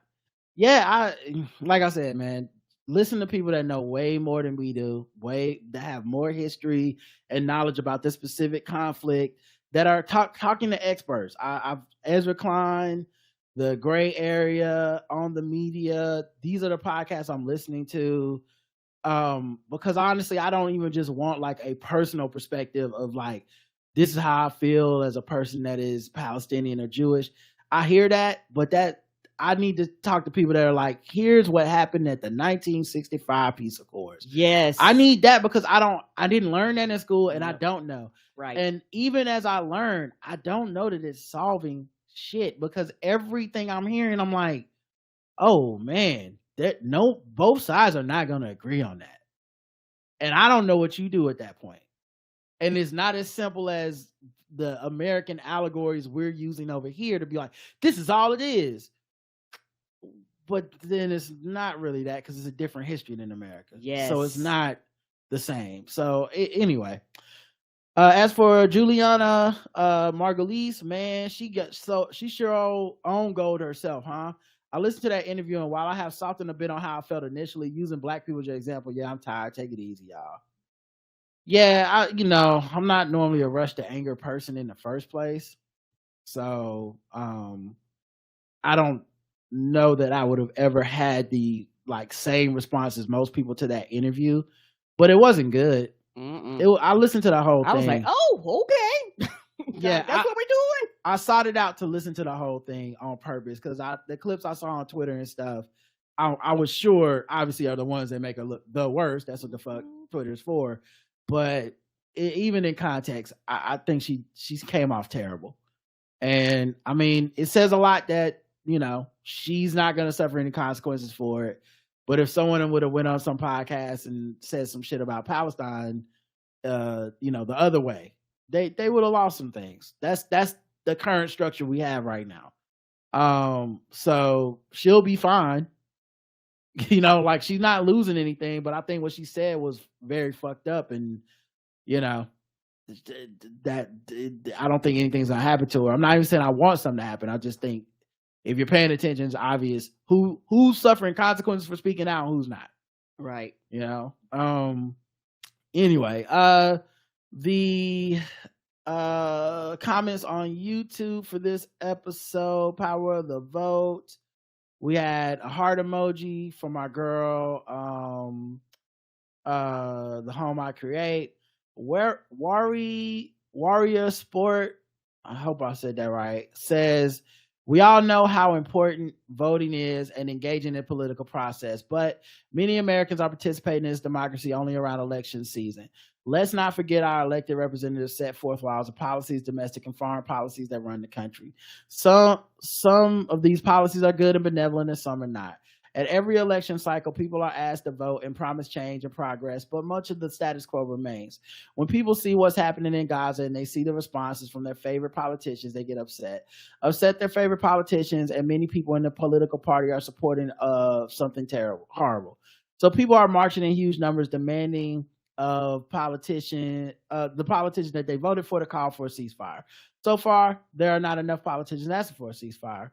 So they wonder, why are things like this? Why isn't my party against the killing and destruction of civilians? Why is my political party and my country are supportive of an apartheid state? And why would I continue to be part of that political party? A lot of people are realizing members of their favorite political party, the leaders of their country, as well as the laws and policies they create, is not entirely intended for voters like them. It's a powerful interest groups, and that's upsetting many voters. And go ahead. I replied to this one. I said, I feel like we addressed this on the show, but even knowing all of this and understanding how those people feel, we still think voting is a better option than not voting. The other thing I would notice in the language you use, favorite party. Right. Favorite You're picking party. sides. No, fuck picking sides. I'm picking sides. Democrats is my side. Yeah. But when you say favorite party, the thing I notice about that is favorite implies like this level of emotional connection, like you're rooting for a sports team or a Correct. celebrity. As I've said many times on the show, we treat our politicians like celebrities, our celebrities like politicians.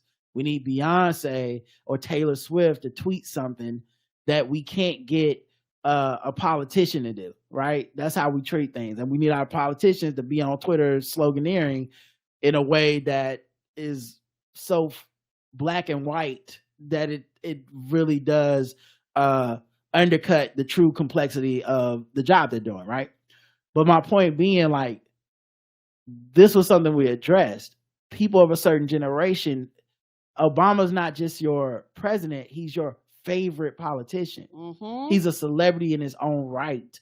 I didn't grow up with that. So Nope. even with Obama, I don't feel that level of attachment as far as like, I needed him to be president and my favorite guy.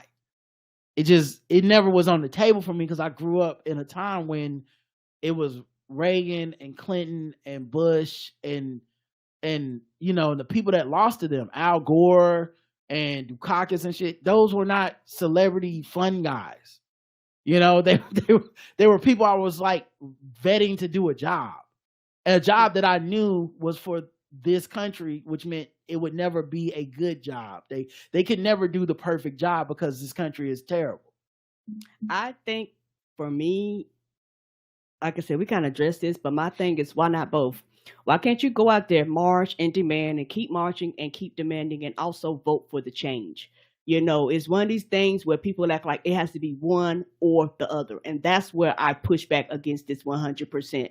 Yes, keep fighting. Yes, keep demanding more. Yes, be mad, be upset. The anger is valid. The feelings are valid. People think when people say this, they act like that we're just dismissing it. No, I'm not. Because the thing is, particularly being black in this country, this is shit we had to deal with all the time. We had to keep marching, keep fighting, keep protesting, keep passing things and talking to lawmakers that basically looked us in our face and was like, no, bitch, we ain't gonna do shit. You know what we did? We kept on doing it and kept voting and kept demanding and kept the things going. It's like, you did not do what I want you to do right when I said you should do it, right here, right now. So fuck it, fuck the whole system. Why should I participate? And that is the problem to me. We will never agree on that, but that is the problem to me. You can do both. It does not have to be one or the other. This person also replied, of course, voting is still better than sitting out. But every election should not result in continuing the status quo. These politicians must deliver on change and progress they promise, specifically those on the left. I hate these type of platitude talking points because, one, you're not saying shit. What policies? Two, that no politician ran on Israel-Palestine. Zero. Weren't asked about it in any single debate ever. So this whole, like, they need to deliver on the promise. What promise did they have? So that's not even true. Two, status quo underrated as fuck. Status quo is also like stability and shit. Right. Like shaking shit up is, you know, how we got Trump. People being like, I just want something different. You should appreciate the fuck out of status quo at this point. And then incremental change is still change. Right. So like, you know, and then also this harmful reductionist, like the Charlemagne the Godding of this conversation of like, they just need to make sure we get the progress they promise. Like, they're doing it and they're trying, and it also erases all progress that is done. I'm not trying to turn this show into this, but we can make a whole fucking episode on this if we want to, and it'd probably be an hour and a half to 2 hours just going through the Biden administration accomplishments itself. Right. We could do that, but it won't matter because it's gonna always be the one thing they didn't get to, or the two things they did, the thing you wanted that didn't happen, and it won't matter the reasons it didn't happen. It won't matter about Republican opposition. It won't matter if it's another fucking country that don't want to listen to us. None of that's gonna matter to you because you're searching for a feeling. You caring about your favorite. I don't care about that. I don't care. So I don't care about the favorite thing. I'm not gonna yell at you and turn this into that. You said what you said. I don't think I could convince you the whatever, but let me just tell you, when you told me, I was right. When you said, of course, voting is the better option. End of discussion. That's all I've been saying. I don't need to or want to care about the feelings involved in this because it's not a feelings thing for me. So like the feelings thing is something you need. I hope you find the motivation wherever you need to find it. If you need to feel inspired by the pop, I hope they give it to you. But I'm not in control of that. I'm not. The reasons I feel inspired to vote actually have very little to do with the politicians. Right. So it's just, we just look at shit different. That's it. The poll was, do you vote in your country's election? On our website, 100% of people. On Spotify, 96% of people. So vast majority of people that listen to our show vote. So once again, preaching to the choir. That's why I'm not yelling. You know, I know people want some fire and brimstone. You know, the choir needs some preaching too. I get it. But on this one, I'm just trying not to turn this into like us yelling and fussing, because I don't think it's gonna help. I really don't. Right. And like you said, a lot of times when people write these things, their minds have you've heard what we had to say, and so you're coming with a counterpoint, which is fine, but your mind is already made up too. But also, just, it's not even a counterpoint. That comment didn't bring up anything we didn't address. I almost didn't read it because it's a waste of time. Right. Because I was like, but you know what we said about this. But people need to be heard. Their feelings need to be felt. This is this person's way of being like, but my feelings. What about the feelings of these people? And feelings are important, but they're just not facts. And I considered their feelings. It doesn't change what we say on this show when it comes to voting. And that's fine. Other shows will go, yes, your feelings are the most important thing. Fuck the world, fuck everybody. If you don't feel great about your vote, don't vote and stay home and don't feel great or do feel great about that choice. That's just what I'm sure some of my fucking friends would feel that way. It's just, it is what it is. I'm not fighting them. It's like self-immolation, right? When some people publicly burn themselves to death as a protest. Ain't shit I can do to change. They done poured the gasoline on themselves and lit the match. Only thing they have for me is, how do you feel about me burning myself on fire? And if I start yelling at them and saying, you don't need to do this, I love you, why are you burning yourself? Everyone's gonna burn. It ain't, they thought about that. They don't care. The same way I thought about them burning themselves, and I don't care. It just is what it is, and we need to just accept that at this point. The Q&A is, and that's that on that. Key says, no shit, no shade, but people sitting out midterms and local elections is why we never get as many progressive electeds as we could. To quote Karen, that shit matters. Yes, it agrees. You do have most of the populace, a large percentage of the populace only votes for president. They don't vote for the senators, the governors, the mayors, the motherfucking dog catcher, the comptroller.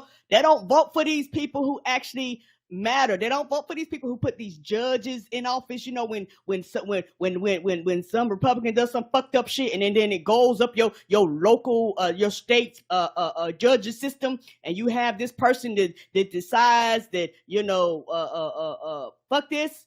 Them people, a lot of times, them people aren't voted in. Some states, depend on the judging position, they're voted in. But some states, somebody who was voted picks these judges and puts them in these places. That's the shit that matters. Yes, president matters a lot, but what matters is what happens in your local municipality. These are the people that determine your fines, your fees, your property taxes, how much you pay in schools, you know, who your rezoning, the shit that when you wake up every day and say, good morning, that shit impacts you every fucking day a lot quicker than a president ever will. Yeah, if they don't care, they don't care. There's really not shit you can do about that, you know? So, just gotta leave it at that.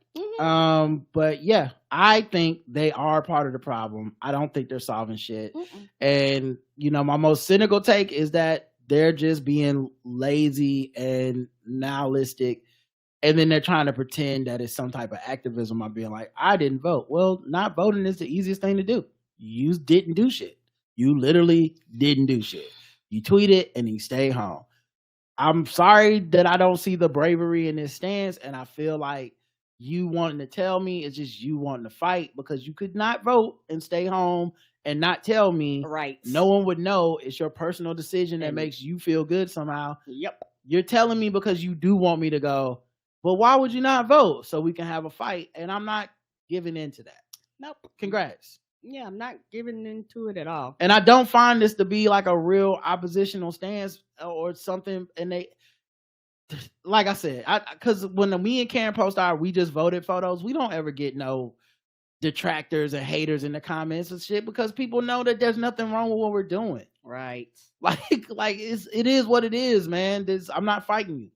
Jane says, if you didn't think voting matters, just look at Caddo Parish Sheriff's election in Louisiana, where a black Democrat candidate won over a white Republican candidate by 1 vote. 1 vote. Yeah, and I think they're trying to recall that. Yep, I think Republicans are trying to recall that election, or at least recount it or something. Lee says, rock the vote, y'all. Black power emoji. Mm-hmm. We will continue to, everybody do what they want to do, and we'll see what happens. Episode 2815, standing on business. Jay Full says, consider this my brief Republican moment, but take off them goddamn ski masks. I don't want to be walking around and a nigga roll up on me in a shiesty and I gotta be like, am I about to get robbed? Or this is just a young nigga trying to look cool. If it ain't cold and you ain't skiing, take that shit off. Like, what if your maintenance man roll up to your crib while one of y'all isn't at home for repair in a shiesty, but you gotta be so liberal that you're not allowed to get scared or want them to take it off before coming in your house? Fuck that. Yeah, I think that's an extreme situation in the end, but I hear what you're saying. I mean, listen, I have a brief Republican moment about this rap lyric shit in the trials where they be like, don't use these rap lyrics in the trials. And I'll be like, but the niggas is rapping about the crimes they did. I don't know. Right. Seemed like finding a diary to me, but it's a diary that was a #1 hit. But at the same time, I do understand why you can't use it and why you shouldn't use it. And I'm not on the side of using it, but it's still, I have my brief Republican misgivings. Agreed. So I feel you on the ski mask thing. And it's, like I said, it's I think also just shit is easy to say on Twitter, but it's hard to live in a reality where that amount of trust is required. Right. Where you need to look at another black person in a fucking ski mask and go, I trust that black person. They're not going to harm me or do anything shady. And there's no reason there's no bad reason they're disguising their identity. And nigga, that's great in theory. Yes, it is. Executed a whole nother motherfucking thing. It's hard. And as long as people gonna be like, why is your face covered? As long as we in our conversations don't admit to the difficulty of that, we're going to always end up in these weird black and white spaces of, so y'all want to call these kids super predator? I'm like, no, but if motherfuckers is wearing like the mask associated with robberies, people might feel a bit conflicted. Yes, they might. It really won't matter what. Like, you can try to turn it into a race thing, but guess who the people are that don't want these motherfuckers wearing masks? The black people that live in the neighborhoods with them. So you're not talking about white people coming in and doing this to us. Mm-mm. It's us being like, we don't like this shit. Where the fuck are the laws? And so, right. Yeah, it's scary, man. Scary. Angela says, hey, Rod and Karen, the scream I scrumped when you said TJ and Amy ex-spouses are now dating. What in the Melrose Place? It's like the show Andrew Shue was in became his real life. Damn. This was the white people news I didn't know I needed. It is much better than the Jonathan Majors news. The nerve of that man telling his ex she need to act like Michelle Obama or Coretta Scott King. Or Coretta Scottish King, as I say. Okay. Coretta Scotland King. He reminds me of some hoteps I knew back in college. But I digress. I'm not ashamed to say I need more Andrew and Mary Lee. In addition to the podcast y'all suggested, I need them to have a travel and food show on Max or TLC. I love mess. # I love mess. Seriously, best of luck to them. And 2023 is definitely on one, going out with a bang. Thanks for a great show as always. XO. Angela. Ann says Kravis is correct. Rock is part of Black American culture. A retrospective on it would be amazing. I agree. Mm-hmm. Appia says poor Big Pharma. Pharma is out here booking diverse actors and paying them good money, and also promoting progressive social values and paying old Appia decent money. And does anyone say, wow, Big Pharma, you look somehow less evil this year? How did you do it? Did you start meditating or something? No, of course not. Now the products aren't sexy enough. Sorry that the products of my industry aren't as sexy as candy or something. They'll never be. Well, we never really brought up the amount of unsexy your products are. I don't care about that part. Mm-mm. I'm saying why can't when I see a diverse commercial, why can't these other industries step it up so that I don't know it's automatically a big pharma commercial? Yeah, why can't it be like Tide or we selling you an iron board or Amazon? Like literally anytime you see that, it is some form of HIV, for Truvada, something in that genre. This isn't about y'all, big pharma. Okay, I know you're huge egomaniacs. Everything gotta be about you. But I'm sorry, big pharma. This one time, it ain't about you. Diversify your commercials. If you understand what I'm trying to say, is me saying why can't other people be like big pharma? That's all. We using y'all as the standard, and you took it as an insult. Says a lot about the narcissism going on in big pharma. Okay, I'm not saying Joe Rogan was right, but okay, I'm just saying that. Just saying, maybe the quarterback for the Jets made some points. Oh no! Just saying. Chrissy says the home goods that I go to is always busy. 2 weeks before Black Friday, I went to browse, didn't find exactly what I was looking for, but wanted to buy one candle. The line was very long, and this is in the middle of the afternoon on a Wednesday. I just ended up putting the candle back because I didn't feel like standing in line for one candle. Went back the next week around 11 on my lunch break, and it was busier than last week, which I think people were starting their Christmas shopping early. Those DW candles are so good. I found a butter pecan one when I went to Home Goods the last time, which was the only one in the store. I went on the DW website. They were sold out, of course. Hope they get more in stock. That was such a nice smelling candle. They don't miss. EVE says, I think one of the biggest white versions of standing on business is I want to speak to your manager. Boosie has some nerve sending out a warning about dating his daughter. Is this the same guy who bought a prostitute for his 13-year-old son? He's so gross. I agree. I don't think he's a good father. I said it. I said it, everybody. Okay? This is the podcast that's not afraid to say Boosie might not be a good dad. Might not. I hate to get that controversial, but I had to do it. Controversy. No comments on YouTube for this episode, so let's go to the Q&A and the polls, and then we'll check the voicemails. I think Jay Fool said he left one, so we probably definitely got at least one. Mm-hmm. All right, the poll was, do you have trackers on your children? Because I talked to that cashier, or she talked to me really, the cashier at Home Goods, and she told me she got a tracker on her kid and her sister got 3 trackers on her kid. So yes, 10% of our audience got trackers on their kids on the website. 14% on Spotify, which makes sense because they got more money to buy trackers. 34% do not. 28% do not on Spotify, and 56% don't have kids on our website. 58% don't have kids. So if you really break that down, like take away the fact that the vast majority of you don't have kids, right? Just go to the people who have kids. So you have 13% and 28%. So it seems like about a third of you are tracking your kids. And I'm not even judging y'all. I'm just saying, damn, it's gotta be hard to get away with shit as a kid now. It is. Man, I thought it was hard when I was a kid. Well, these motherfuckers can't do nothing. No wonder they not having sex. They can't. It's a lot different. When I was in the office, one of my coworkers, her kids was in like elementary school, and she literally could track when they got on the bus, when they got at school, and because they had iPhones. And they had the family plan. So she literally could track and see where they were at all day. She could track them when they were on their way home. And you gotta think now, everybody got rings. Everybody got, shit to record. So whenever your child hits the door, you can see them coming in. You can literally see who's coming in with them. They get in the house. So people have cameras and things in their homes and things like that. And kids gonna be kids and technology and shit like that. They will still find a way to sneak and do shit. Yeah, but these motherfuckers gonna have to be like harder. These motherfuckers gonna have to be like Mission Impossible to get away with shit now. Mm-hmm. Like this shit is crazy. They're gonna have to be the blind spots in the house and be suspended from the ceiling and put they phone tied to a dog sitting around the neighborhood. Like these motherfuckers gonna have to be clever as hell. Mm-hmm. These gonna be some little shady kids. No wonder they don't want to be on Instagram and shit with y'all. Like y'all motherfuckers is jailed. Y'all the wardens. Yeah. Why I want to be on here with my mama? Put on your ankle brace if you going out. I need to know where you at all times. Y'all just calling your kid. Why is your heart rate going up? I'm on your Apple Watch. Better not be having sex or smoking weed. The Q&A was, why can't you be like Coretta Scott King or Michelle Obama? I'm a great man. Oh no. James says, cue the Clarence Williams III and Eve Plum movie scene from I'm Gonna Get You Sucker. Yeah, that's one of my favorite scenes and one of my favorite movies. The brothers went in with guns.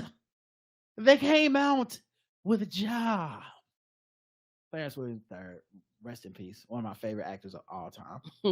Raphael says, Abraham Lincoln was a poor white racist piece of trash. Oh no, anyway, that's hilarious. Raphael says, as a Kang variant, I'm about to offer a defense, but we do no partners. We just great like that. However, if you can be a Beyonce, come through, let's rule this timeline, upgrade me and my glorious purpose. Dr. Uzo says, him asking that woman to be Michelle Obama is a stretch. Well, he must not have been the only great actor in a relationship if he was expecting all that. Alicia says, Malcolm had Betty, Megha had Merle, George had Wheezy, bitch, be my rock, Jonathan Majors. Not bitch, be my rock. Leash says, I mean, do these abusive men have a manual somewhere? I swear they all do the exact same shit. Yeah, the more stuff has come out since we did this episode. And once again, this is why this is why you can always depend on the Blackout Tips podcast, and at least me, to never be on here like, see they trying to take a black man down. See, when you see a brother rise, nah, I'm not doing that, because then now I look like a fucking fool. Right. 6 months later, because you got text messages like, I didn't beat you in the face too bad, did I? Like, yeah, you did it, nigga. Shut the fuck up.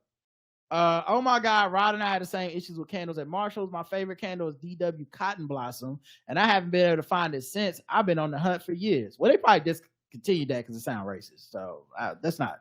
Cotton not blossom. the same. It sounds like a flower.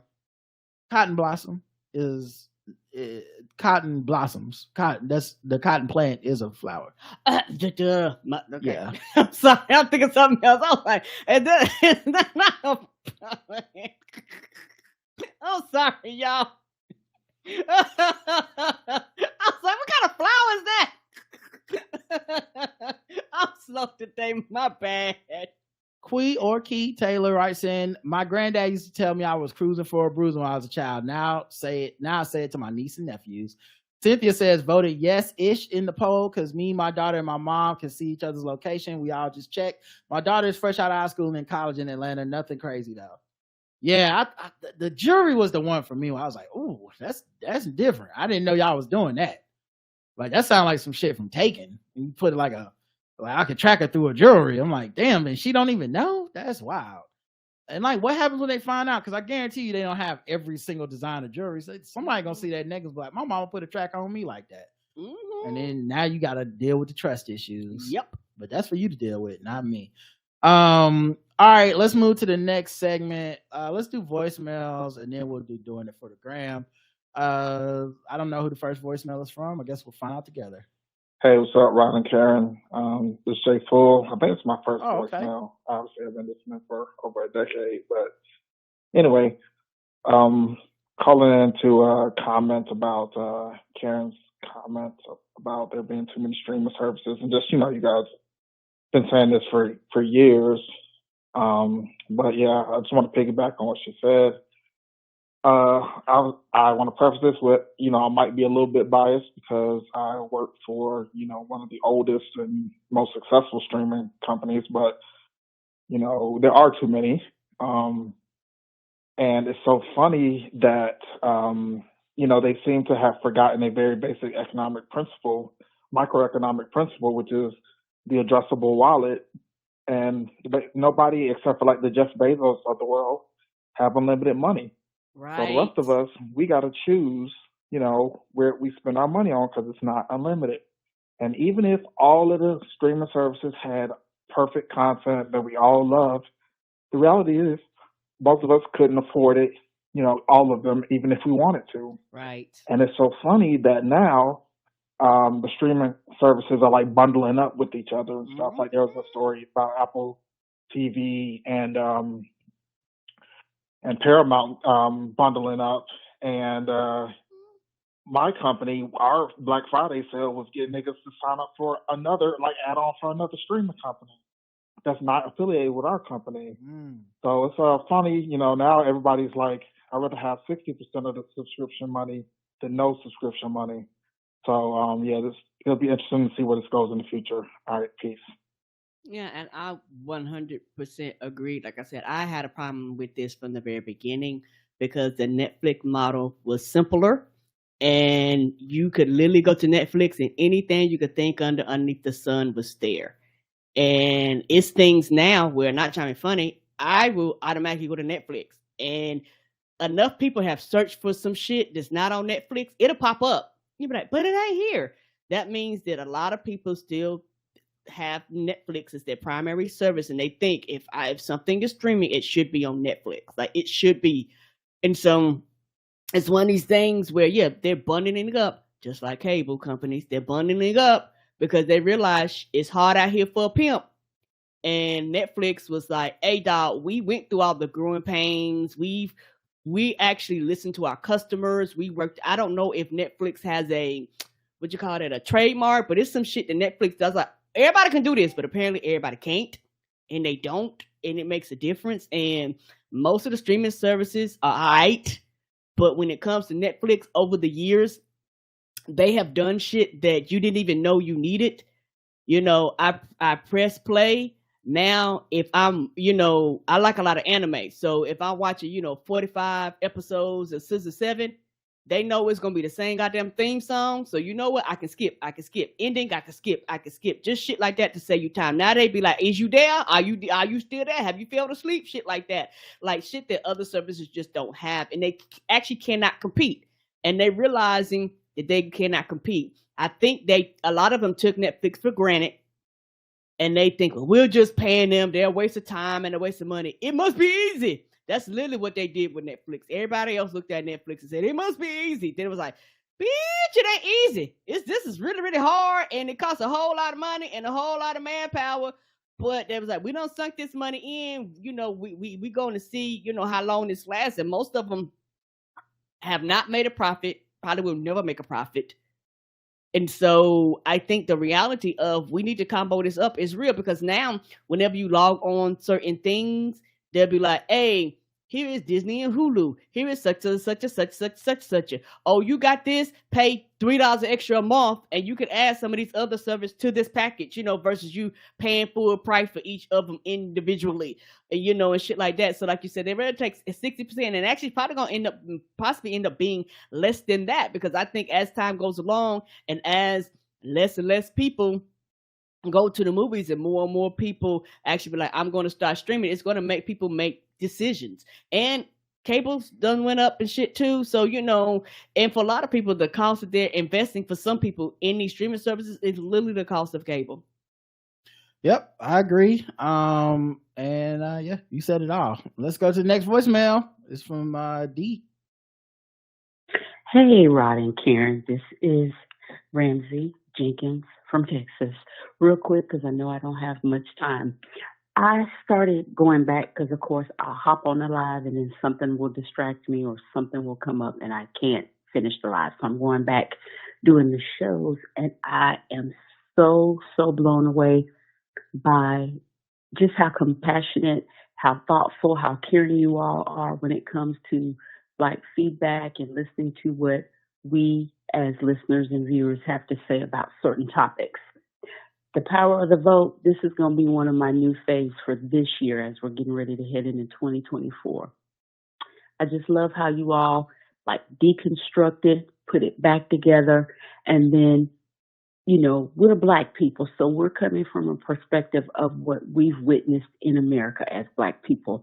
So I thank you all for your authenticity. I thank you for your passion, and I thank you all for just, tackling tough issues and putting a more human spin on them. So I appreciate you all. I'm going to get caught up eventually. I'm going to stay in the live. I'm not going to get too distracted, but y'all have a good day. And just thank you all for being so passionate about things that affect not only the Black community, but our entire world. All right. Y'all have a great day. Oh, Oh, thank you. Yeah, because we have to live in this world. We have to exist in this world, and everybody experiences is different. And like I said, the thing about us, our experience is actually not from a different Black experience because we've met people and interacted with people outside of the South, and their perspective on Blackness and how they feel about things. Some of them are the same, and then some of them are completely different, depending on how their environment has impacted them. yeah. I think when you approach anything on just like trying not to start at the you disagree with me, so you're stupid and worthless. If you approach things without that, a lot of times like you have to make room for other people's perspectives, and I think that's what I try to do. I'm not always capable of it. But a lot of times I try to do that with people I feel are well-meaning or very similar to me, rather than just castigating them and throwing them out. It's like, no, you thought about this probably as much as I did. You came to your conclusion, and it is what it is, and I'm gonna try to respect that. But but I'm not gonna lose myself in the fact that you feel a different way, so I better agree with you. Like, nah, I'm cool with being like, yeah, I respect where you're coming from, but it's not how I would do it, and I'm sure that you feel the same about me. What we do for a living is too we give our opinion too much for us to be so fucking like nobody's opinion but ours account. Like, that would be insane. That's just narcissism. Agreed. And a lot of times, with the exception of sometimes, particularly with Roderick, our thoughts are well thought out. Like, we don't come at this with no bullshit. Like, so most of the time, any counter arguments, quote unquote, anything, we thought about it, we consider it, and this is the conclusion that we have. Next voicemail. Hi, this is Mignon, longtime listener and big fan of the Black Guy Who Tips. I'm going to try to keep it short. I just have two thoughts I want to share. The first is something that came up from the conversation about Julie's email, and I'll skip most of my reactions because I know y'all have talked that all the way through. The only thing I'll add is I wonder if some people like Julie, but I imagine she's certainly not alone, but I wonder if some folks are challenged by the idea that many millennials see a kind of futility of, working themselves to death for a company when the payoffs that we were supposed to be able to access, like stable housing and stuff, seem wholly out of reach. Because it's a lot easier to position millennials at fault, as in the position we find ourselves in is our fault because we're, eating avocado toast or wanting to work less or whatever. But I feel like that's a lot easier to wrap our minds around than kind of squaring the fact that as a generation, we've been fucked, because that violates these kind of myths about society that we all have, regardless of generation, been fed. The other thing I wanted to share was I don't agree with everything you said about Palestine and Israel, but one of the points I do agree with you on, that's what I actually want to raise up, is that it must be terrible for people, whether they're Palestinian or Jewish, which is something that you both said. That's really real. I'm a high school teacher, and what I've been seeing in the classroom has been really intense. Like, teenagers are inundated with so much propaganda and just unregulated content. And, not just teenagers, so many folks are just unequipped to filter through it because of the lack of media literacy in this country.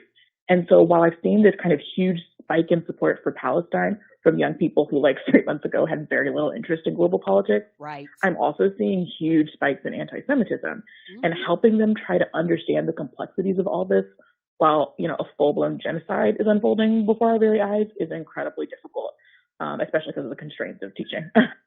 She got cut off, but she called back. Mignon again. Okay, I was so close. But yeah, all I was saying is that, helping kind of young people understand the complexities of all this while a full-blown genocide is happening is really hard, especially, because of just the way that teaching, we kind of have our hands tied in a lot of ways.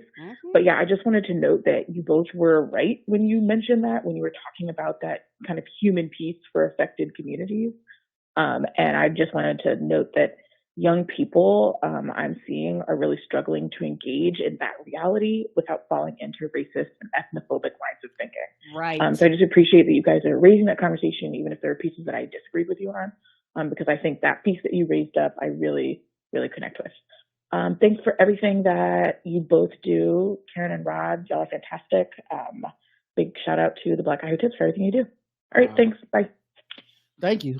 And as far as the disagreement thing, I don't think it's possible for anyone to do a podcast episode or even an entire podcast dedicated to Israel, Palestine, and come away with, and we agree on everything. It's too fucking much stuff. Yes, it is. So I don't even know what you disagreed about, but I assumed everybody that heard the sound of my voice had some part of that they disagreed about with something. I mean, I don't even think I'm that passionate, and I don't really think I took that hard line of a stance on all of it. But if you did your own podcast and you had your hour and a half to come out here and break down the conflict in the ways you feel all right, someone be leaving a message for you going, I don't agree with everything you said, but hopefully they say the other part that you said, which is, you appreciate what we tried to do and, whatnot. Cause, I don't know where you disagree with, but it could be anything. You could be the person that's like, and they should kill 15,000 people or whatever, and I'll be like, yeah, see, I don't agree with that. So I don't know where your angle of disagreement would be, but this don't seem like the kind of conversation where we would expect or anyone should expect some sort of like complete agreement. I don't think it's even possible. No, it's impossible. Because there's a lot of moving factors, there's a lot of facts, there's a lot of history, there's a lot of, some people know things that other people don't. Some people, are more diverse in that area, in that region, and some people are not. So people are talking from different perspectives and from different knowledges and different understanding.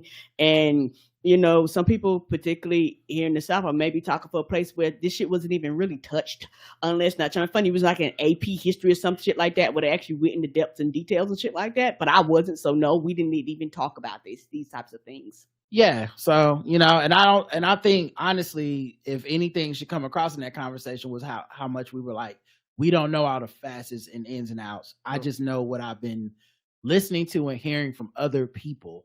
This is not my lived experience. I can only have empathy and imagine what it's like to be over there.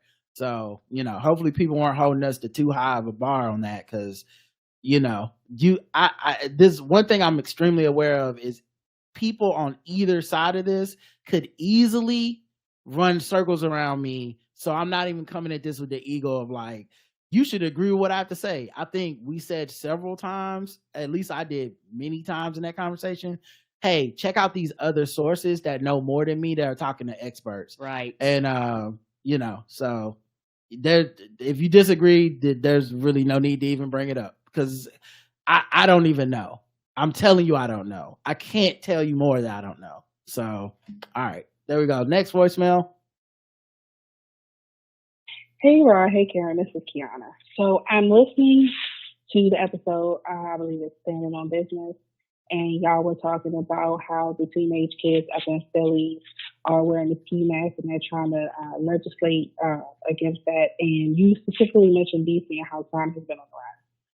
I'm a native Washingtonian, and now I live just outside of DC, like literally 5 minutes outside of DC. And we also are having an upswing in crime. We've been having a lot of like carjackings and things like that. And what we're finding is that there are a lot of older people who are getting the kids to commit crimes because the kids don't get as much time. And we've recently tried to do some like justice reform stuff where the kids don't really spend time in. And so there's even more incentive for the adults to get the kids to commit the crimes. And so, I'm on my council, and a lot of people are like, we got to get the kids to stay in longer and all this other stuff. And like, I agree 100% with what you said about the crime bill happening all over again. So me and some other Black legislators in Prince George's County are like, the answer is not locking the kids up for the definite amount of time. It's investing in the schools. It's diversion programs. It's after school activities. It's actual resources in the community to keep the kids from having a need to go out and commit crimes. And it's also mental health care, because a lot of the kids who are out here are traumatized because they don't have community support. So I agree with everything you said.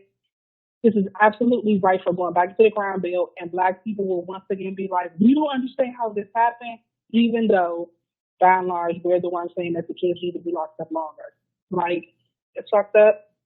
But part of living in a carceral system for your entire life is people not really understanding what operating outside of that system looks like, and the ways that you can actually give people support so that they don't wind up in the system. So anyway, that's all I had to say. Love y'all. She called back. Hey, Rod and Karen, it's Karen again. Okay, so I'm still listening to the episode, and I'm listening to the part now where y'all are talking about the law that would make it illegal to do anonymous sperm donation. So first of all, Rod, I know you love a good documentary. You've probably already seen it, but there's one on Netflix called Our Father. Yes, I saw about it. a doctor who back in, I want to say like maybe the 80s or 90s, was one of the first doctors who was doing in vitro with live sperm. And people were thinking they were like getting the sperm they requested out of a catalog or their spouse. Whole time the doctor was using his sperm. That is wild as shit. And he ended up doing this and creating over like 100 something kids that were his. And they found out that this is what happened, that they had siblings through 23andMe. You specifically mentioned 23andMe. But the other thing that I wanted to bring up is what makes this so scary is Roe v. Wade didn't overturn. It wasn't abortion. It was your right to medical privacy. And I knew, and you knew, and we were shouting at that when Roe v. Wade got overturned. That was just going to be the beginning of Republicans reaching in and doing a whole bunch of stuff that they have no business doing and taking away your privacy. Roe v. Wade being overturned is what makes it easier to do this. So, yep, that's it. Y'all have a good day. Love you. Bye. Thank you, Kiana, and great points. Thank you. I appreciate you. And yeah, we knew Roe v. Wade was the first step, and this ain't the last step. This newest step. I did watch that documentary. Yeah, and the thing is, when she was talking about like the with the kids and the and people talking about lock them up, and the thing is, what's so wild is because of the structure of this country. If somebody in DC would say, "Hey, we understand that people are complaining about these bills, but like, hey, a lot of these youth are committing these crimes because they're being recruited by older people. What we're going to do is we're going to increase your taxes by 5% or 2% or whatever, and take this money and put it back." A lot of those same people would complain. So you can't have it both ways. You can't be like. So you can have it both ways, but the thing is, I think people are like, maybe that's an alternative they listen to. Some of these places have done things like that, right? But there's a couple of hard things that I think people are having trouble balancing. One, people that do crimes don't necessarily follow all the logical steps that we agree that they should. Because they're breaking laws, right? Yeah, it's like the limits of stuff like reformative justice. That it's the stuff we don't want to talk about. It's it's like, I believe in reformative justice. I believe in second chances. What do you do when a person's like, first chance, because I'm not saying the crime you say I did, I'm not agreeing that I did that. Right. Or I don't think it was wrong that I beat my wife. Or I don't want to participate in the system. Yeah, and if you let me out, I am going to beat her ass again, and ain't shit you going to do about it. Like, then we got, now we have a fucking limit to our community idea because this person is essentially opting out of community. Yes. So it requires a buy-in even from people who, by the nature of crime, it is alluring to people that is people not buying in to a social construct, right? So that's a big part of it. The second part of it is we assume that the Black people in these communities do not want to be like, will regret this 90 crime bill resurgent idea. We assume that they're going to look back and be like, fuck, we lost a whole generation to incarceration. And I'm not sure they will, because like, while that is how Twitter skews, I don't know if you go in there and talk to like a Black person that was alive during the crack 80s and 90s. Right. And said, hey, you were one of the people pushing to get these people off the street. Do you regret what that did to your community? Some of them might be like, I actually do not. Yeah. Because for you, it was a theory, a highfalutin thing in the halls of power. For me, it was my car was stolen. Yes, I couldn't keep people were getting killed. No police was coming. Right. I did not see these people as like this I didn't see them as salvageable. I didn't see them as they just need some rehabilitation and reform. I saw them as get them off the streets. And I feel like we're getting there without crack. Like we're getting without crack. And this is how it happens. I watched that happen before in my lifetime. This is how it happens, is us being like, yeah, no ski mask, okay? You know what? Why aren't the kids in jail longer? And next thing you know, you go, oh, they passed a bill. Oh, shit, everybody's locked up. Who did this? You know what I mean? All right. I decided not to do keeping it for the doing it for the gram. We'll do it on a regular show because this is gonna be 3-4 hours if we do keep doing it for the gram today. Okay. So I'm gonna go to the emails, which we did get a lot of, and it's probably gonna still take another 30-45 minutes. So no problem. Kiana writes in, or Quiana. I am listening to this episode about the power to vote. I'm listening to this episode now. Let me say I'm so thankful that you all created a space where this kind of discourse can take place. I agree with everything that's been said, especially when Roz said that a lot of anger around this topic is because people are confused and about the most direct path forward. I wanted to add my 2 cents. I think another issue is everyone is terrified. Many of us Americans are terrified of what another 4 years of Trump as president will mean. These fears are valid because our freedom and the freedom of our kids and grandkids are on the line. Naturally, there are Israeli and Palestinian people who are horrified. Their fears are valid because their freedom and the freedom of their kids and grandkids are on the lines. And the people whose family are being directly affected, and even those passively watching and affected and horrified. I think a lot of the discourse devolves to anger because everyone is scared of what they have to lose, and many are unrelenting when it comes to acknowledging the fears of others. We are trying to battle future terror against future and current terror. Fear often brings out the worst in us. As I'm still listening, y'all mention fear.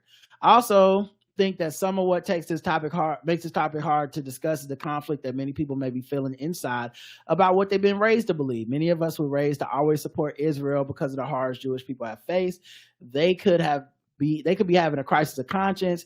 Many were raised to see what is happening as an extension of the occupation of the Palestinian people, and they are mad that others don't immediately see it that way. Right. I grew up in a family that didn't discuss geopolitics, even though Black people have always been affected by them. Hell, my great-grandparents left North Carolina during the Great Migration, as so many thousands of others did, but I didn't learn the truth about how Israel became a country until recently. As a Christian, I always grew up pro-Israel. I thought that was the only option because that's all that was presented to me.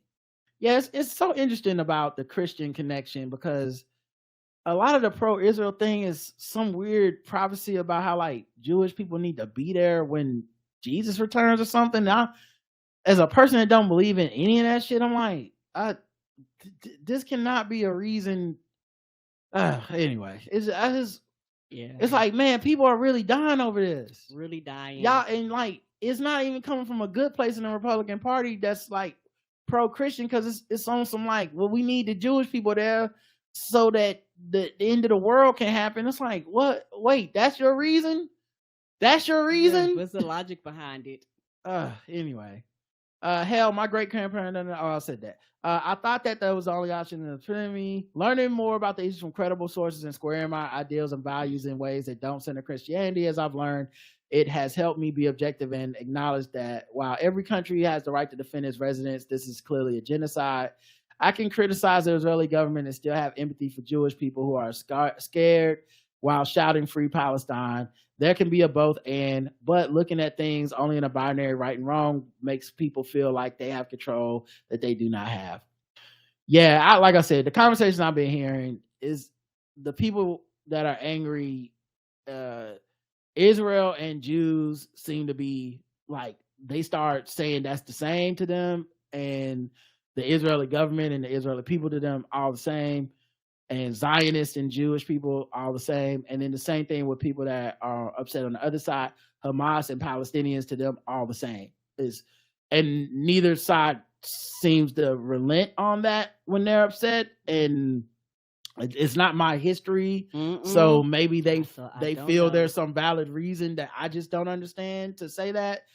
But that's the nut of it, you know. I know this is long, so I'm gonna wrap up with this. I had to go look at my wheel of emotions. Under anger is threatened, frustrated, and offended. Under fear is vulnerable, rejected, and worried.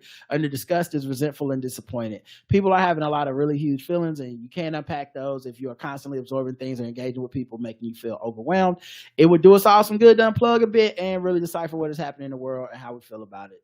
Yeah, and good luck with that. Somebody sent us another gender wars thing about women who were also skill hunters in ancient times, and it's very long. And thank you, but I'm not reading. Kevin says, "Dear, listen, we don't do those type of gender war content. We just need a video with some people. We need to being be short stupid. and sweet and straight to the point." Kevin says, "Dear Rod and Karen, yesterday for my job, I had to drive for several hours, took advantage of the time to listen to at least 3 episodes of your podcast. I enjoyed all of them, but I was particularly impressed with episode 2814, where you discussed the power of the vote. I think you guys did an excellent job of explaining how Black Americans should view voting, and why you two are so committed to using the power of your vote. This episode is particularly thought-provoking for me personally. For a variety of reasons, I decided to retire in Texas, and here I can see so clearly what happens when people do not use the power of their vote. At any rate, I just want to congratulate you both on putting out such great podcast episode, Kevin." Thank you, Kevin. Thank you. Yeah, it's always interesting when we do shows like that, because that's one of those shows where I'm like, this is going to be a drag. It's not going to be funny. I don't have a lot of jokes and segments. I don't even know if people will skip this or whatever, but it feels important, and I want to say this, and I'm glad this person wrote in so we can talk about it, and hopefully it kind of puts it to bed. And honestly, y'all's response this week has been overwhelmingly positive and understanding and empathetic, and I'm glad we did it. Honestly, I'm glad we did it. The show, I even ended it. Someone had hit me up. A friend hit me up on Twitter and was like, "Man, you really sounded upset, or you da-da-da." And I was like, I'm actually not upset, and I really hope that's not what came out of that, because I'm not mad. It's like, well, at the end you didn't even do segments, you just ended the show. And I was like, oh, that's because I just felt it was that important. Right. Yeah, I really didn't feel like us doing guess the race after that or whatever. I need people to understand we feel that important. It's not a joke for us. We're not having fun with this, and we're not taunting and teasing people. We're not trying to antagonize people. Mm-mm. We are as soberly, seriously minded about our right to vote and using it as people are about not using theirs. And that's it. We don't need to even fight about it, Zinzi writes back in. Zinzi, of course, the emailer who, wrote us about it in the first place. Mm-hmm. "Dear Rod and Karen, I wanted to write in and thank you again for reading my email and for also seeking clarification about what I meant when I wrote in. I'm a few episodes behind, but my brother told me about," okay, your brother, okay, we putting the family on. Shout out to your brother. "My brother told me about my email being addressed on episode 2814, so I skipped ahead and listened to it. I was very surprised he dedicated an entire episode to my email because I didn't really expect it to evoke such a strong reaction. I do have a clearer understanding now of your position on voting and other forms of action as ways to get the government to do more. There are many atrocities taking place around the world at any given time, and while my sole focus isn't the genocide in Gaza, I will admit that seeing the violence being inflicted on Palestinians day after day has made it stand out more prominent than me." Mm-hmm. Yeah, man. I mean, we are absorbing so much, and I don't think we've really even thought about how much we're seeing. I'm not even saying good or bad, but how much more we're just seeing of the world now because of the internet. And I don't know what kind of person could see the videos, even the ones I've seen, which I have not seen all or many. I do not go down that rabbit hole. Mm-mm. But even the ones that have slipped through the cracks where you just see like children or rubble, or this person's entire family is dead, or this professor I don't know how you see that and feel nothing. And if you feel nothing and your heart is that hardened, I don't think there's a thing I could say or anyone could say that would reach you. Agreed. Because, I don't know how that's not sad. I just don't. So yeah, I think the people that have kind of allowed themselves to kind of go down that path on social media. I remember I logged in my TikTok one day. I'd never really be on TikTok, but if I log into TikTok, it's just, for a few seconds, maybe scroll some videos and I'm out. If I'm not posting a video of myself, I have nothing to say. But I remember going on TikTok one day a few weeks ago, and someone had tagged me to 20 videos of Palestinian children, dead people, all this different stuff. And I don't know why they tagged me specifically. I don't know what I was supposed to get from that. Once they didn't leave any commentary for me, they didn't direct message me with a "Hey Rod," wow, It was and I would imagine if I would have logged in and someone had tagged me to 20 images of October 7th and, you know, people bringing up like sexual assault and kidnap victims and stuff. Same thing. Like, it would mean you've been scrolling and seeing this stuff and you're sharing it with me to somehow emotionally affect me, so that I go, fuck whatever I was saying before, fuck my rational brain. I'm on this side now. But I don't even know what you would get from me just blindly going, I'm on this side. But also, like, that, you don't see how that says something about what you've been scrolling, what you've been seeing.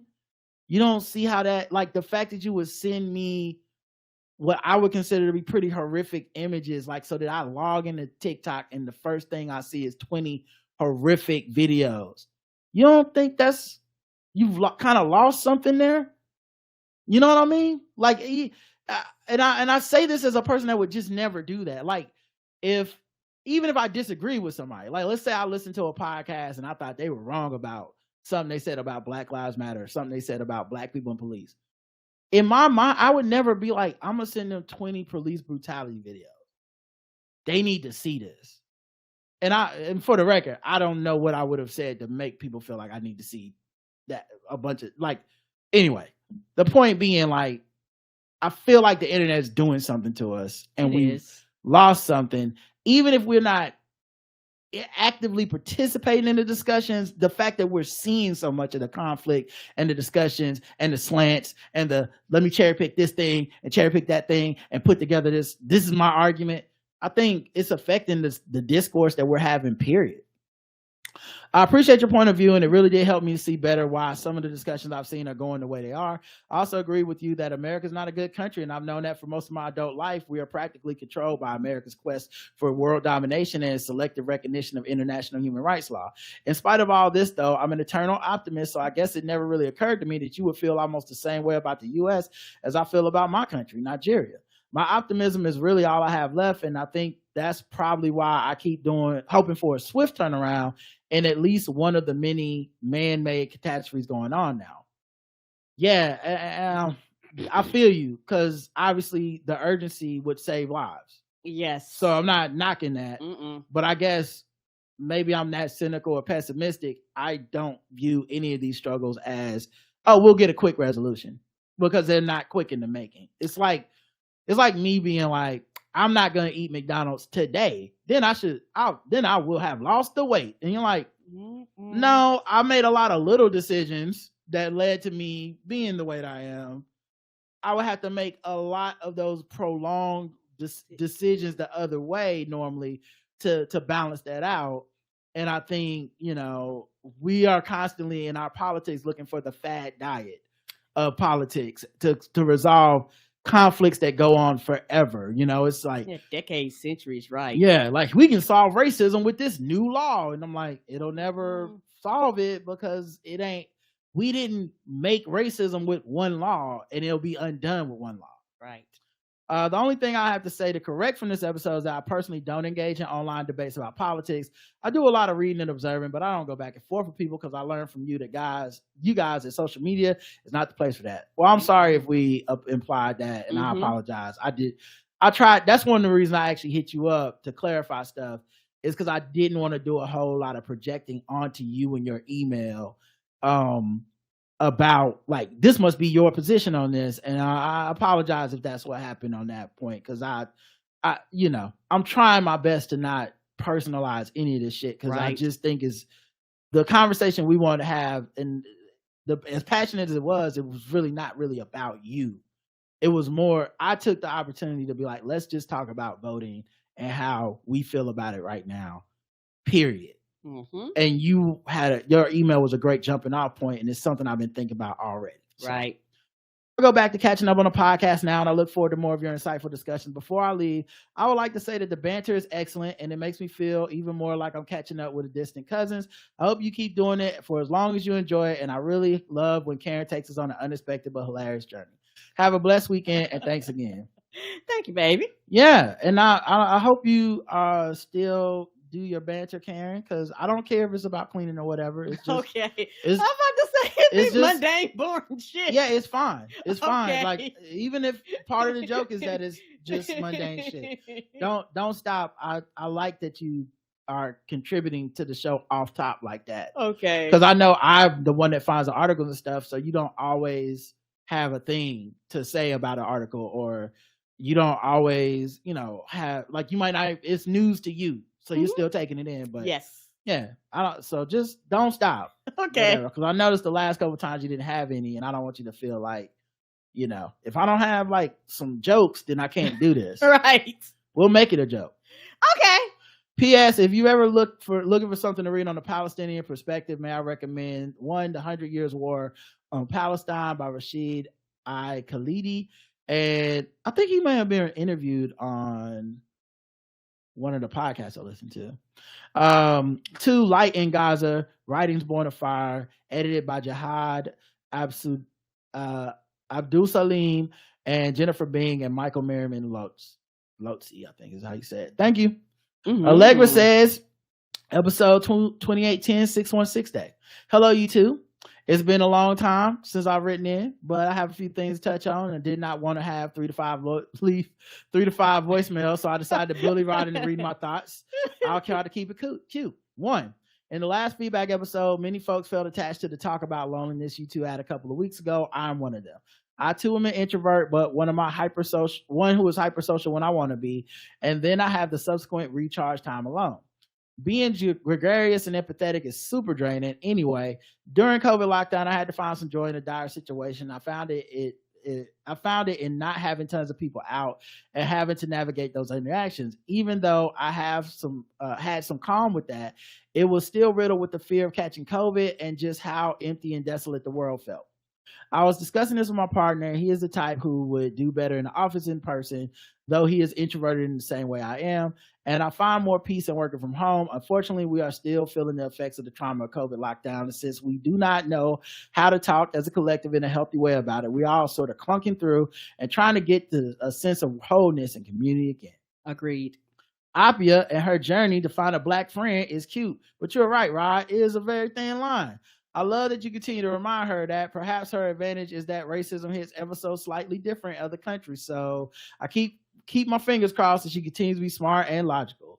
Yeah, we're all rooting for her. Yeah, we are. It's a little scary because I'm telling you playing with a black audience. It's a roller coaster ride, I feel. You like one fucking like random, I touched her hair today, and then it's gonna be like, man, the whole audience turned on Apia. And then Apia is one of these overthinking people that's always trying to resolve the conflict within. And next thing you know, it's gonna be her writing 67 comments, and it's gonna be like, obviously, no amount of comments will resolve this. So Abby gonna have us. We was rooting for you. We was all rooting for you. How dare you? So I'm just trying to help. I'm just trying to help. We is rooting for you, Abby. 3, I feel so special when I hear our girl Allegra. It makes me miss podcasting even more. Also makes me appreciate how gracious you two are in guest appearing on podcasts, no matter how big or small they are. Yeah, because we went on their podcast and we talked about music and it was fun. Finally, here's my address for a Christmas card. And then I'm going to read her address out loud to everybody. No. Just kidding, Karen. Obviously, I'm just kidding. Good grief, really. You fell for that. John writes in. I will always be a sucker for that. No. John writes in, good morning, Rod and Karen. One of the things that I think many people, especially younger people and people in other countries, don't really appreciate is just how much we have lost in America in the result of some very close elections. The 2000 election came down to only 500 out of 12 million votes in Florida. Mm-hmm. This gave us the clown George W. Bush, the president who started the wars in Iraq and Afghanistan, passed the Patriot Act, expanding domestic surveillance and eroding privacy rights. Yes, gave us the TSA.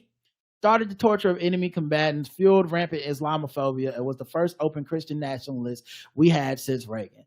It put John Roberts and Sam Alito into the Supreme Court, resulting eventually in the gutting of the Voting Rights Act. Citizens united, the hell of decision, making gun restrictions all but impossible. Literal centuries of progress down the drain because of 500 plus votes in one state. 2004 came down to just one state again, this time Ohio. This time the margin was 118,000 votes, but that is still out of 6 million Ohio voters, only a tiny 2% margin in one state. Obama wins huge in 2008, but honestly, he seemed cool enough even for white people to vote for him. In 2012, however, his re-election margin comes down to only 2 states and DC. Another pretty tight election because of the antiquated electoral system we have, which gives outsized power to low population, mostly white states. 2016 comes down to only 70,000 votes in just 3 counties to give the election to Trump. 70K out of 14 million votes in those crucial states. Trump's election gives us a Muslim travel ban, trans military ban, babies in cages, the largest tax cut for the wealthy in history. Even worse, he gets 3 justices on the Supreme Court who strip women of their right to abortion, kill affirmative action, overturn vaccine requirements, and effectively kill Biden's student loan relief plan. Biden wins in 2020 again, but it's only by razor-thin margins at the crucial state level. He wins Wisconsin, Georgia, and Arizona, but only by 42K votes out of 11.6 million votes in those states. Razor fucking thin. We've lost voting rights, gun restrictions, campaign finance laws, abortion, and so many other things because of SCOTUS decision determined by the W and Trump-appointed justices, all because of a measly 80K vote deficit in 2000 and 2016 elections combined. 5 of the 6 current right-wing assholes on the Supreme Court are there because of those 2 elections. 80,000 votes, 5 lifetime appointments on the highest court in the land. Right. We also now have an asshole shit show in the House. We can kiss COVID funding goodbye and any money for Ukraine too. GOP will likely try to impeach Biden and continue to try to thwart the January 6th investigations, all because of voters in a handful of districts in California and New York decided not to even bother voting in 2022. Yeah, I just want to say also with this, the way we talk about it or the way it's talked about online, it's always like the Biden administration stopped COVID funding. It's like, that's not what happened. Right. I need you to be accurate because this is the bigger thing for me. I've felt this for so fucking long. The entire exercise of how we vote and why we have politicians is strictly an exercise in us not blaming our fellow citizens for how fucked up shit is and saying, this is actually what you want. Yes! This is on you. But no, we go, it's the Biden fault. It's it's this person's fault. No, you voted for these people or you refuse to not vote for them. And so now this is where we're at. And it's really your fault. Your fellow citizen is not on your side. They're fucking dumb. They're racist. They're bigoted. They're petty. They're all these things, but we're able to coexist by having these avatars that we blame for everything. So it's Joe Biden's old and that's the problem. It's like that. The problem not even fucking old. The problem is half the fucking country does want women not to have the right to have an abortion. That's the problem. You go to work with the problem.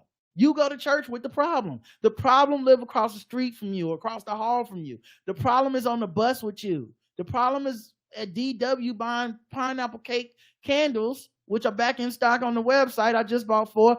The problem is right the fuck there. But saying this other shit makes us feel better.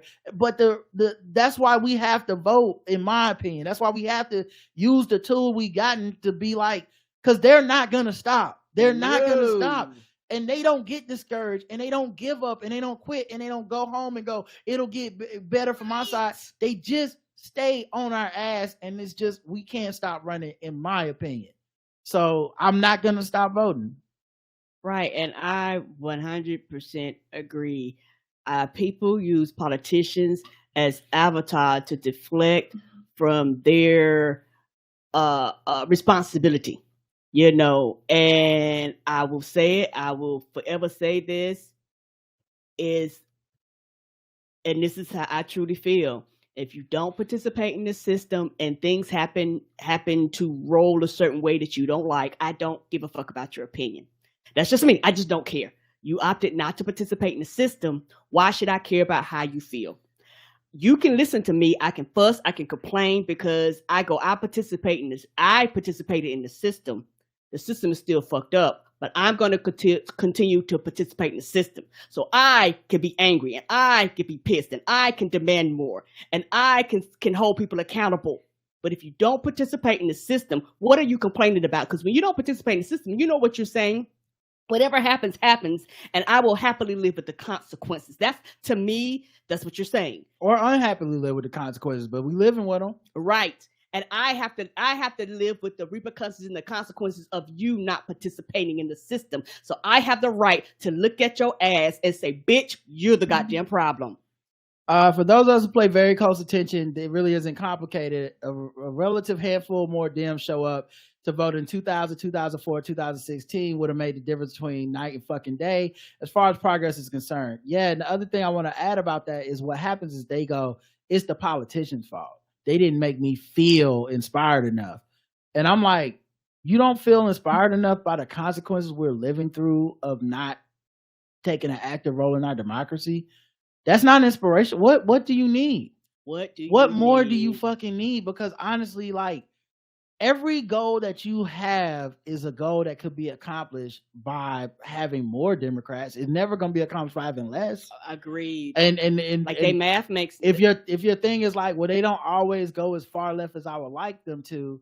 One of the ways to make them go more left is to show them the country demands more left by voting. When we vote as a unit to say, hey, this is a referendum on these topics, we typically get things closer to what we want rather than this, when we don't vote, it'll work out. In America, these elections are unbelievably tight, and that's not going to change anytime soon. With Trump, that's another thing too. Like when Zenzi writes in about, like, I'm in Nigeria, blah, blah, blah. And like, I didn't know you looked at America this way. I'm black in America. I only can look at it this way. Okay? These motherfuckers, the propaganda that America sends out is not what America is. It's not the land of the free. It's not any of those things. It is an imperialistic organization. It's a capitalistic construct. It is founded on slavery and genocide. Yes, it is. Everything we say is a lie. So since I don't believe in it, the most sober-minded thing I can do is try to mitigate it or change it. But I don't think, maybe it would feel that way to you, but I would not feel like a hero hopping on this podcast telling you I didn't vote, so it ain't my problem. It ain't my fault. I didn't vote for this. That doesn't feel like I said, I think I've said it enough. It's just watching a fucking car crash hit somebody and being like, I didn't try to push you out the way, so I don't know why you looking at me like, well, you let me get hit by a car. Right. And also, not to kind of get off topic, but I think for me, I can't speak for anybody else.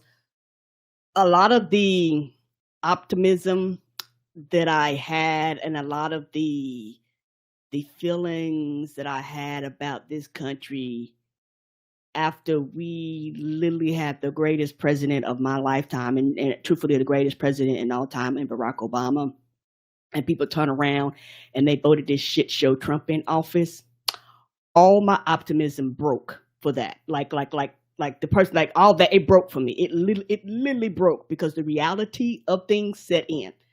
The reality of how my fellow citizens and how people around me feel, and I was very angry and upset and bitter for a very, very long time. And I'm, within the past few years, just recently kind of getting to a place where the anger isn't still as intense as it was. So for me, I don't have that optimism. My optimism and my hope comes with changing the system itself, not hoping and praying that my fellow citizen will some way find the light within themselves to give a fuck about their fellow citizens. Here in this country, shit doesn't change without laws. And then not only do you have to have laws, you have to have people in place that would enforce the fucking laws. Because what's the point of the laws when people say fuck them laws and then nobody can come in and fucking make them do the laws? Like, I just don't think people understand. Just because like some popular opinion poll says, 60% of people say we should legalize marijuana. If 60% of people say that, but only 20% of that 60% vote, right, then that means there's more of them than us. And I don't think enough people have considered there might be more people who are conservative and bigoted and all those things you're scared of. It might be more of them than us, and definitely more of them than us that are willing to like pull that lever and just push closer to what they want. With Trump and the GOP posing an existential threat to everything good in America, we need every damn vote we can get. It's that simple. When people threaten not to vote, it's like they're gaslighting the rest of us in the cruelest way possible. Yeah, especially when they say they're not going to vote because they're more of a liberal person than you. It's like, nah, well, now you're just insulting me. I don't believe that. Right. Staying home on election day doesn't get you shit. If you allow, it only allows fascists to win, period, full stop. We've seen it with our own eyes multiple times.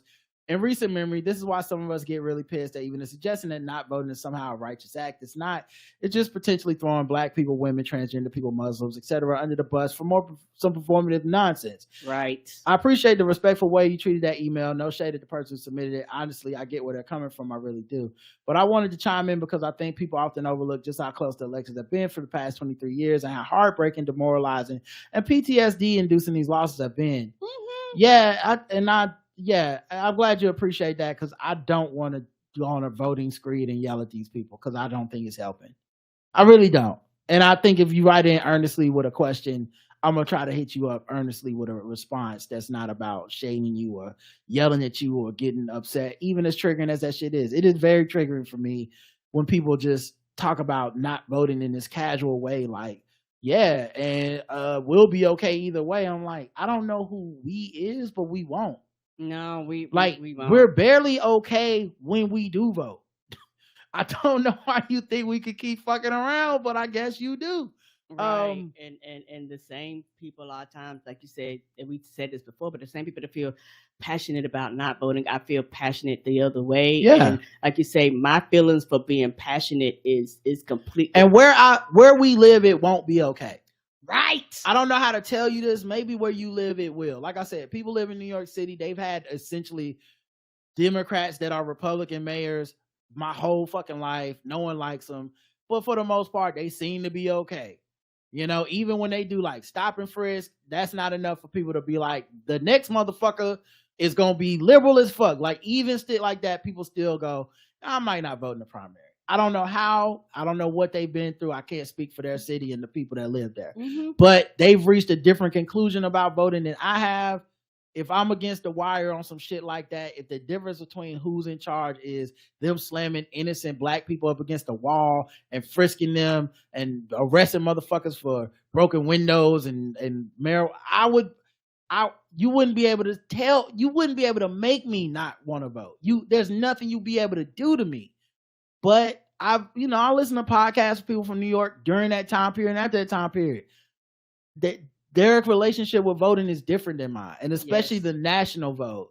But even locally, in a city that people fucking Republicans think is the most liberal, they hate this city, the big East Coast. Well, that city's not that fucking liberal. No, it's not. So what are you even talking about? You know, you talk about like a Chicago where they try to shit on Chicago all the time. It's so liberal. Look what the liberals have got. Ask the black people that live there if they find it to be so liberal. Correct. Ask them about the fucking gun laws and restrictions that are passed that don't really sound like liberal shit necessarily. Locking up the black ops police department building and shit like it's not. Anyway, I'm ranting. With so much loss because a tiny margin of voters refuse to show up in election day, here we are, the same people threatening to do it again. On a completely unrelated note, Rod, now that you are a stoner, check out Lenny Kravitz's first album, Let Love Rule. Next time you are good and stoned. It's really more of an old school soul, R&B, funk thing than rock, and one of the true masterpieces of the early 90s. Even as a non-rock guy, I think you might dig it. All right, I'll put it on my list. I'm going to do that. Throw on my headphones, hop on Tidal, and eat me some pieces of a brownie, and we're going to go to town, buddy. The grooves and the bass lines, both of which Kravitz played himself, are really tasty. I think the obvious next step for TJ Holmes and Amy Robach and their exes is for Bravo to make them all live in a house together for a dating reality show. Cheers. Stay safe, John. Thank you. That's hilarious. Mandy writes in about Lenny Kravitz. And Mandy continues to write in. But Mandy sometimes be having the hottest takes. and we don't often agree, and then she never writes in to address the hot take. Nope. She just waits like 6 weeks and then writes another one. So I'm clicking on this, I'm reading it with an open mind, but I'm a little scared, Mandy. I'm not gonna lie. I see your name show up, I'm like, damn, Mandy, do you even like us? Do you like our show? All right. Mandy says, "Dear Rod and Karen, I got to thinking in comments Lenny Kravitz made about his relationship with black media and black award shows, but I hate to say this, he shouldn't have clarified his comments. Where's the lie? Black award shows have had white artists on their platforms like Jack Harlow at the BET Awards and Kid Rock, and I always wonder why not showcase non-urban black artists such as Mr. Kravitz. But you and Karen did a great job breaking down the checker history of black artists and gatekeepers on both sides, and I thank you for that." Okay, Mandy, we off to a good start. I like that. I appreciate that. Now, personally, I'm never going to tell somebody they shouldn't clarify their comments because I think clarity is always good. So you get a better understanding. If he felt like what he said originally was taken, which was said in a white publication, translated through white folks, if he said, hold on, let me put out an Instagram comment so y'all see what I really mean, I respect that even more because I think that really shows that he cares. Because I think if he was the person that a lot of those original responses made him out to be like this, he's a white loving coon that hates black people. His clarification was like, I said what I said, suck my dick, black people ain't shit. He didn't do that. He's like, man, I just want to show love and be loved. And I agree. Quick question. May sound stupid to you, but do you think if Lenny Kravitz used his famous mother's last name, black people, media, and awards would be more accepting of him since he was on a famous black show that black people grew up watching? I'm not saying that he should have relied on nepotism and that should give him an automatic black famous card to black media and awards. But like if Black Media Awards wanted to pay tribute to his mother and wanted to know more about her life and her impact, he's the guy to go to. Just a thought. And she said, I just want to add the reason why I asked the question in my previous email is because if black people feel like Lenny Kravitz is playing white music, it has nothing to do with black culture. Maybe knowing his famous mother's last name and how he's in tune with his Bahamian roots might magnify it with black people more, if that makes sense. Maybe. I don't know. I'll be honest, I don't know. I think a lot of this shit is ignorance. Yeah. When you see like, oh, he got a guitar, he not doing this for black people. A lot of that comes from a place of ignorance, distrust, trauma passed down in our community. It's never fair. It's never really 100% logical. Even a response to him and the immediate response to him and how people were trying to dismiss what he said as like, see, I told you he wasn't shit. It feels like a defense mechanism and not necessarily a truly thought out, like I'm responding to his position and what was said. So I don't know. Maybe not. I'm not sure, to be honest. Care anything? No.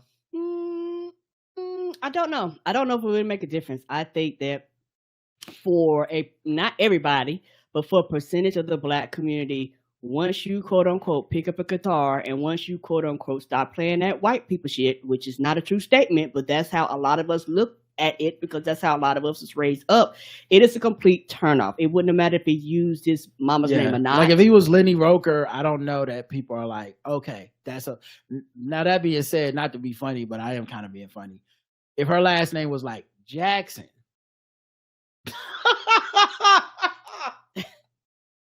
Then maybe Jackson. Okay, certain black last names do a lot of heavy lifting. So I don't know. If it's been like Lenny Washington, people might be like, I don't know. Lenny Jefferson, we need to hear this brother out. We might can work with that. Maybe it's that simple, but I don't know. I imagine it's some combination of white gatekeepers, black grievance, and miscommunication. Yeah, among all the collection of things. I hope on both sides, right? I hope it's an alert to black media. Any of these black people you think don't care about black folks and black publications, I hope you reach out to them.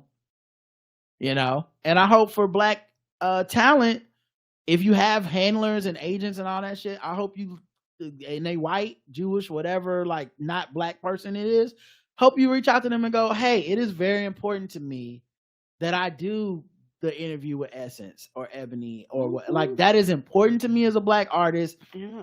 I don't want to hear that you turning them down. I don't want to your team when I'm on a red carpet. Don't usher me away from the black folks. You know, I loved that period of time when you see like Sterling K. Brown stopping, making sure I'm talking to these black people before I leave. That matters a lot to us, and it's such a little thing, but it's a huge thing. So, last one. Sharda says, hey, Rod and Karen. I'm Agent 19 on Twitter. I'm Sharda. I've been listening to y'all since 2016. I met a listener in a while. I'm a teacher. So before and after school, I may listen to the show on speaker. She heard Rod talking and asked about it. She had been listening to you on Karen Hunter. She talked about how much she liked you on the show. Oh, listen, Karen Hunter. Two worlds colliding. Black Karens love me. Yeah, they do. I'm big in that demographic. But also like Karen Hunter's audience has been so like giving and kind and fun. Oh, they're the best. And I really do it. And Karen Hunter herself has been very giving and kind and fun on her show. And I'm damn near a staple at this point. I pop up almost every Friday.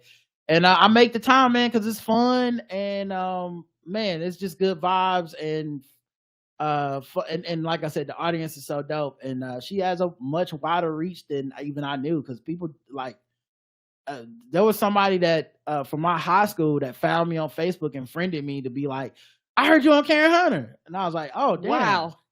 I wanted y'all to know that I became premium back in 2019 and never looked back. I need you to chill out on the guest shows you two are on because my podcast list is so long. Just kidding. I love it. I now listen to the War Report, Marvel Cinematic University, Woo! Three Guys On, and Karen Hunter, to name a few. Let's go. This show and all the other shows have helped me so much through the pandemic, having a complicated twin pregnancy and not having many friends where I live. Karen, I too am a cozy gamer. Thank you for the recommendations. I have a running list of ones to try. You know what's good during cozy gaming? Podcasting. Listen to the podcast. It really is. Yeah. While you farming or chopping down trees or going through the mines or fucking plucking flowers, or power washing. Yeah, power washing. I feel like power washing is a cozy game. It is. It's a very cozy game. I keep the banner. I love hearing y'all talk about regular random stuff. Lastly, Rod, would you happen to have a playlist of instrumental songs you play on the show? I want to play them in my classroom. They are all bops. I don't, because these are ones that were emailed to us and sent to us. Now you can find these artists on Spotify. Felt 5, Bro cooked that up, which is my brother. Psycho Music, and I don't want to draw a blank. Hold on, give me a second, everybody. Infrared Crypto. Whew, that's a major one. DJ Jaffa, I don't know, which is DJ Jaffa. I don't know if he puts his instrumentals on Spotify or not, but he also sent us a ton. So if you make a list of those artists, you will get a lot of the beats and some new ones and new songs. So check it out. Love you too, Agent 19. Thank you. And we got one card in the mail this week. And I'm gonna mail y'all's cards out next week. So limited amount of time, you better get in. This one has a Christmas tree on it, and if you can turn to the side and see, these are actual like little ornament pop-up things. Ooh, and something else for me to hold on to forever. Mike B and Debbie O. Now the card writing says, wishing you a Merry Christmas, Happy Year, everything. The personal note is, Rod and Karen, thank you for everything you have done to create a great community in the Blackout Tips. Mike B and Debbie O. Thank you. And thank you for this card. And that's it. We made it in just under 3 hours. Let's go ahead and wrap this up. We'll doing it for the gram during one of the regular episodes this week. Thank you for everyone with your kind, thoughtful, empathetic writings, emails, voicemails. I love our audience. This is why we'll sit up here for 3 hours on a Saturday. Yes. When Karen has to get her hair done. So we got to go. We'll talk to you soon. Until then, I love you. I love you too. Mwah. Bye, everybody. Good night, good afternoon, good evening.